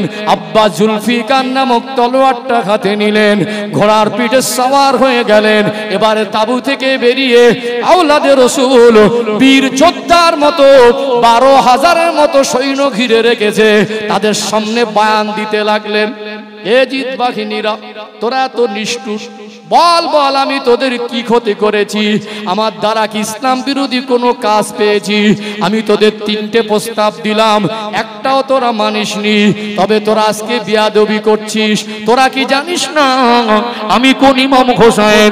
আমার নানা জান আমার গোটা শরীর মোবারকে তার নূরের ঠোঁট মোবারক দিয়ে বহুবার চুমা দিয়েছে। আমি হলাম সেই ইমাম হোসেন। আজকে তোরা আমার সঙ্গে এরকম বিয়াদবি করছিস। মনে রাখিস, হাসরের ময়দানে আমার নানা জানকে আল্লাহ সুপারিশের অনুমতি দেবে। আমার নানা জানের সামনে কি তোরা দাঁড়াবি না? তোরা কি মুখ দেখাবি? এ জিদের সৈনিকেরা শুনে রেখে দে, আওলাদে রসুল তারা কোনোদিন বদদোয়া করে না। তবে আমার নানা জানের খাতিরে আমার আল্লাহ আমি ইমাম হোসেনকে এত বেশি ভালোবাসে, একবার যদি এই কারবালার প্রান্তরে আমি আসমানের দিকে তাকিয়ে আল্লাহকে আল্লাহ বলে চিৎকার মেরে ডাকি, আমার আল্লাহ বলা ডাকটা আল্লাহ ফেরাবে না। এজিদের সৈনিকেরা শুনে রেখে দে, একবার যদি আমি ইমাম হোসেন জমিনের দিকে তাকিয়ে আল্লাহ বলে একবার ডাক দেই, বদদোয়া করা লাগবে না। শুধু বদদোয়ার নজরে আসমান অথবা জমিনের দিকে তাকালে আমার আল্লাহ তোদের ধ্বংস করে দেবে। আমি বদদোয়া করব না। তবে আমার পিপাসায় বুকটা ফেটে যাচ্ছে, তোরা একটু সরে যা, আমি একটু পানি পান করব। ওটা মুহররম মাসের 10 তারিখ শুক্রবার 61 হিজরি। এত পিপাসা পেয়েছিলেন, মনে করছিলেন পানি একটু পান করব, কারোর সাহস হয় না। দূর থেকে মনে হয় আল্লাহ নবীর ওই পাগড়ি মোবারক মাথায়, আব্বা জুলফিকার নামক তলোয়ারটা হাতে, মনে হয় আল্লাহ নবী বদরের প্রান্তরে মাথায় সবুজ পাগড়ি বেঁধে যেভাবে তিনি নেতৃত্ব দিচ্ছিলেন, দূর থেকে মনে হয় আল্লাহর নবী যেভাবে নেতৃত্ব দিচ্ছিলেন ওইভাবে আওলাদে রসুল বয়ান দিচ্ছেন। এই বয়ান শুনে বহু মানুষ এজিদের পক্ষ থেকে ইমাম হোসেন হুজুরের দিকে ছুটে দৌড়ে চলে এসেছিলেন, তাদেরও শহীদ হতে হয়েছে। ও ভাইয়েরা, বাবাজিরা, আওলাদে রসুলের উপর আঘাত করা সহজ তখনও হয়নি। ঘোড়াটাকে চালিয়ে দিলেন, বললেন সরে যা। জালালি হালাত এসে গেলেন, ওই ফুরাত নদীর তীরে চলে গেলেন। কারোর সাহস হয় না, জান্নাতি যুবকদের সরদারের জালালি হালাত দেখে কারোর সাহসে কুলায় না আঘাত করব। নেমে গেলেন ঘোড়ার পিঠ থেকে, ফুরাত নদীতে নেমে গেলেন, হাতে একটু পানি তুললেন, পানি পান করবেন। পানিটা দেখে মনে হয় এটা শুধু নদীর পানি নয়, ওই পানির সঙ্গে রক্তের মিশ্রণ। পানিটা পান করতে যাবেন, রক্তের কালারটা পরিবর্তন হয়ে গেল। বলতে লাগলেন এই রক্তটা অন্য কারোর রক্ত নয়, এটা হলো আমার আলী আসগরের রক্ত। আমার কলিজার টুকরাকে একটু পানি দিতে পারলাম না, সেই রক্ত আমার হাতে, আর এই হাতে পানি উঠে আমি পানি পান করব না। পানিটাকে ছেড়ে দিলেন, ফুরাত নদীর কিনারায় উঠে দাঁড়িয়ে গেলেন, আওয়াজ দিয়ে বলতে লাগলেন আওলাদে রসুল যদি আজকে পানি পান করত, তোদের মোকাবেলা করার জন্য 10,000 সৈন্যর প্রয়োজন হতো না, আওলাদে রসুল একাই যথেষ্ট হয়ে যেত। এ পানি আমি পান করব না। তবে বুঝতে পেরেছি তোরা আমাকে শহীদ করে দিবি, এটা আমার নানা জানের ভবিষ্যৎবাণী। বলল বল বল এই সময়টা কোন সময়? ওটা জুমা রক্ত। উজু করলেন, 2 রাকাত নামাজে পড়লেন, সেজদায় চলে গেলেন, বললেন তোরা আমাকে শহীদ করবি। বুঝতে পেরেছি। সীমান নামক ব্যক্তি ইমাম হোসেন হুজুরকে সর্বপ্রথম আঘাত করে মর্মান্তিক ভাবে এই মুহররম মাসের 10 তারিখ শুক্রবারে 61 হিজরিতে কারবালার প্রান্তরে আওলাদে রাসূল হযরত ইমাম হোসেন রাদিয়াল্লাহু আনহুকে নিষ্ঠুর ভাবে জিদ বাগীরা শহীদ করেছিলেন। ইন্না লিল্লাহি ওয়া ইন্না ইলাইহি রাজিউন। আল্লাহুম্মা সাল্লি আলা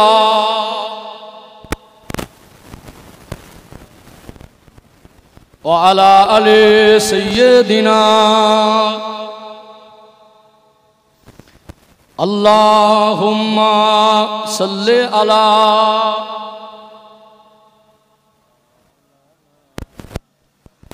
ওয়া আলা আলি সাইয়্যিদিনা। সম্মানিত উপস্থিতি, আমার বাপজিরা, ভাইরা, মর্মান্তিক সেই করুণ কাহিনী, কারবালার ইতিহাস 1400 বছর ধরে উম্মতকে কাঁদায় মুহররম মাস আসলে। কথা ঠিক না বেঠি? আমি খুব স্বল্প সময়ের মধ্যে চেষ্টা করেছি 50 বছর ইতিহাস আপনাদের কাছে তুলে ধরার। 4 খলিফার খেলাফত জীবনের সংক্ষিপ্ত ইতিহাস তুলে ধরেছি, কারবালার প্রান্তের ইতিহাস তুলে ধরেছি। অতএব ইমাম হোসেন হুজুর শহীদ হয়ে গেলেন, অন্যায়ের কাছে, বাতিলের কাছে মাথা নত করেননি। কথা ঠিক না বেঠি? শহীদ হয়ে গেলেন, বাতিলের কাছে মাথা নত করেননি। শহীদ হবার আগ মুহূর্ত পর্যন্ত একটা ওয়াক্তের নামাজও তিনি ছেড়ে দেয়নি।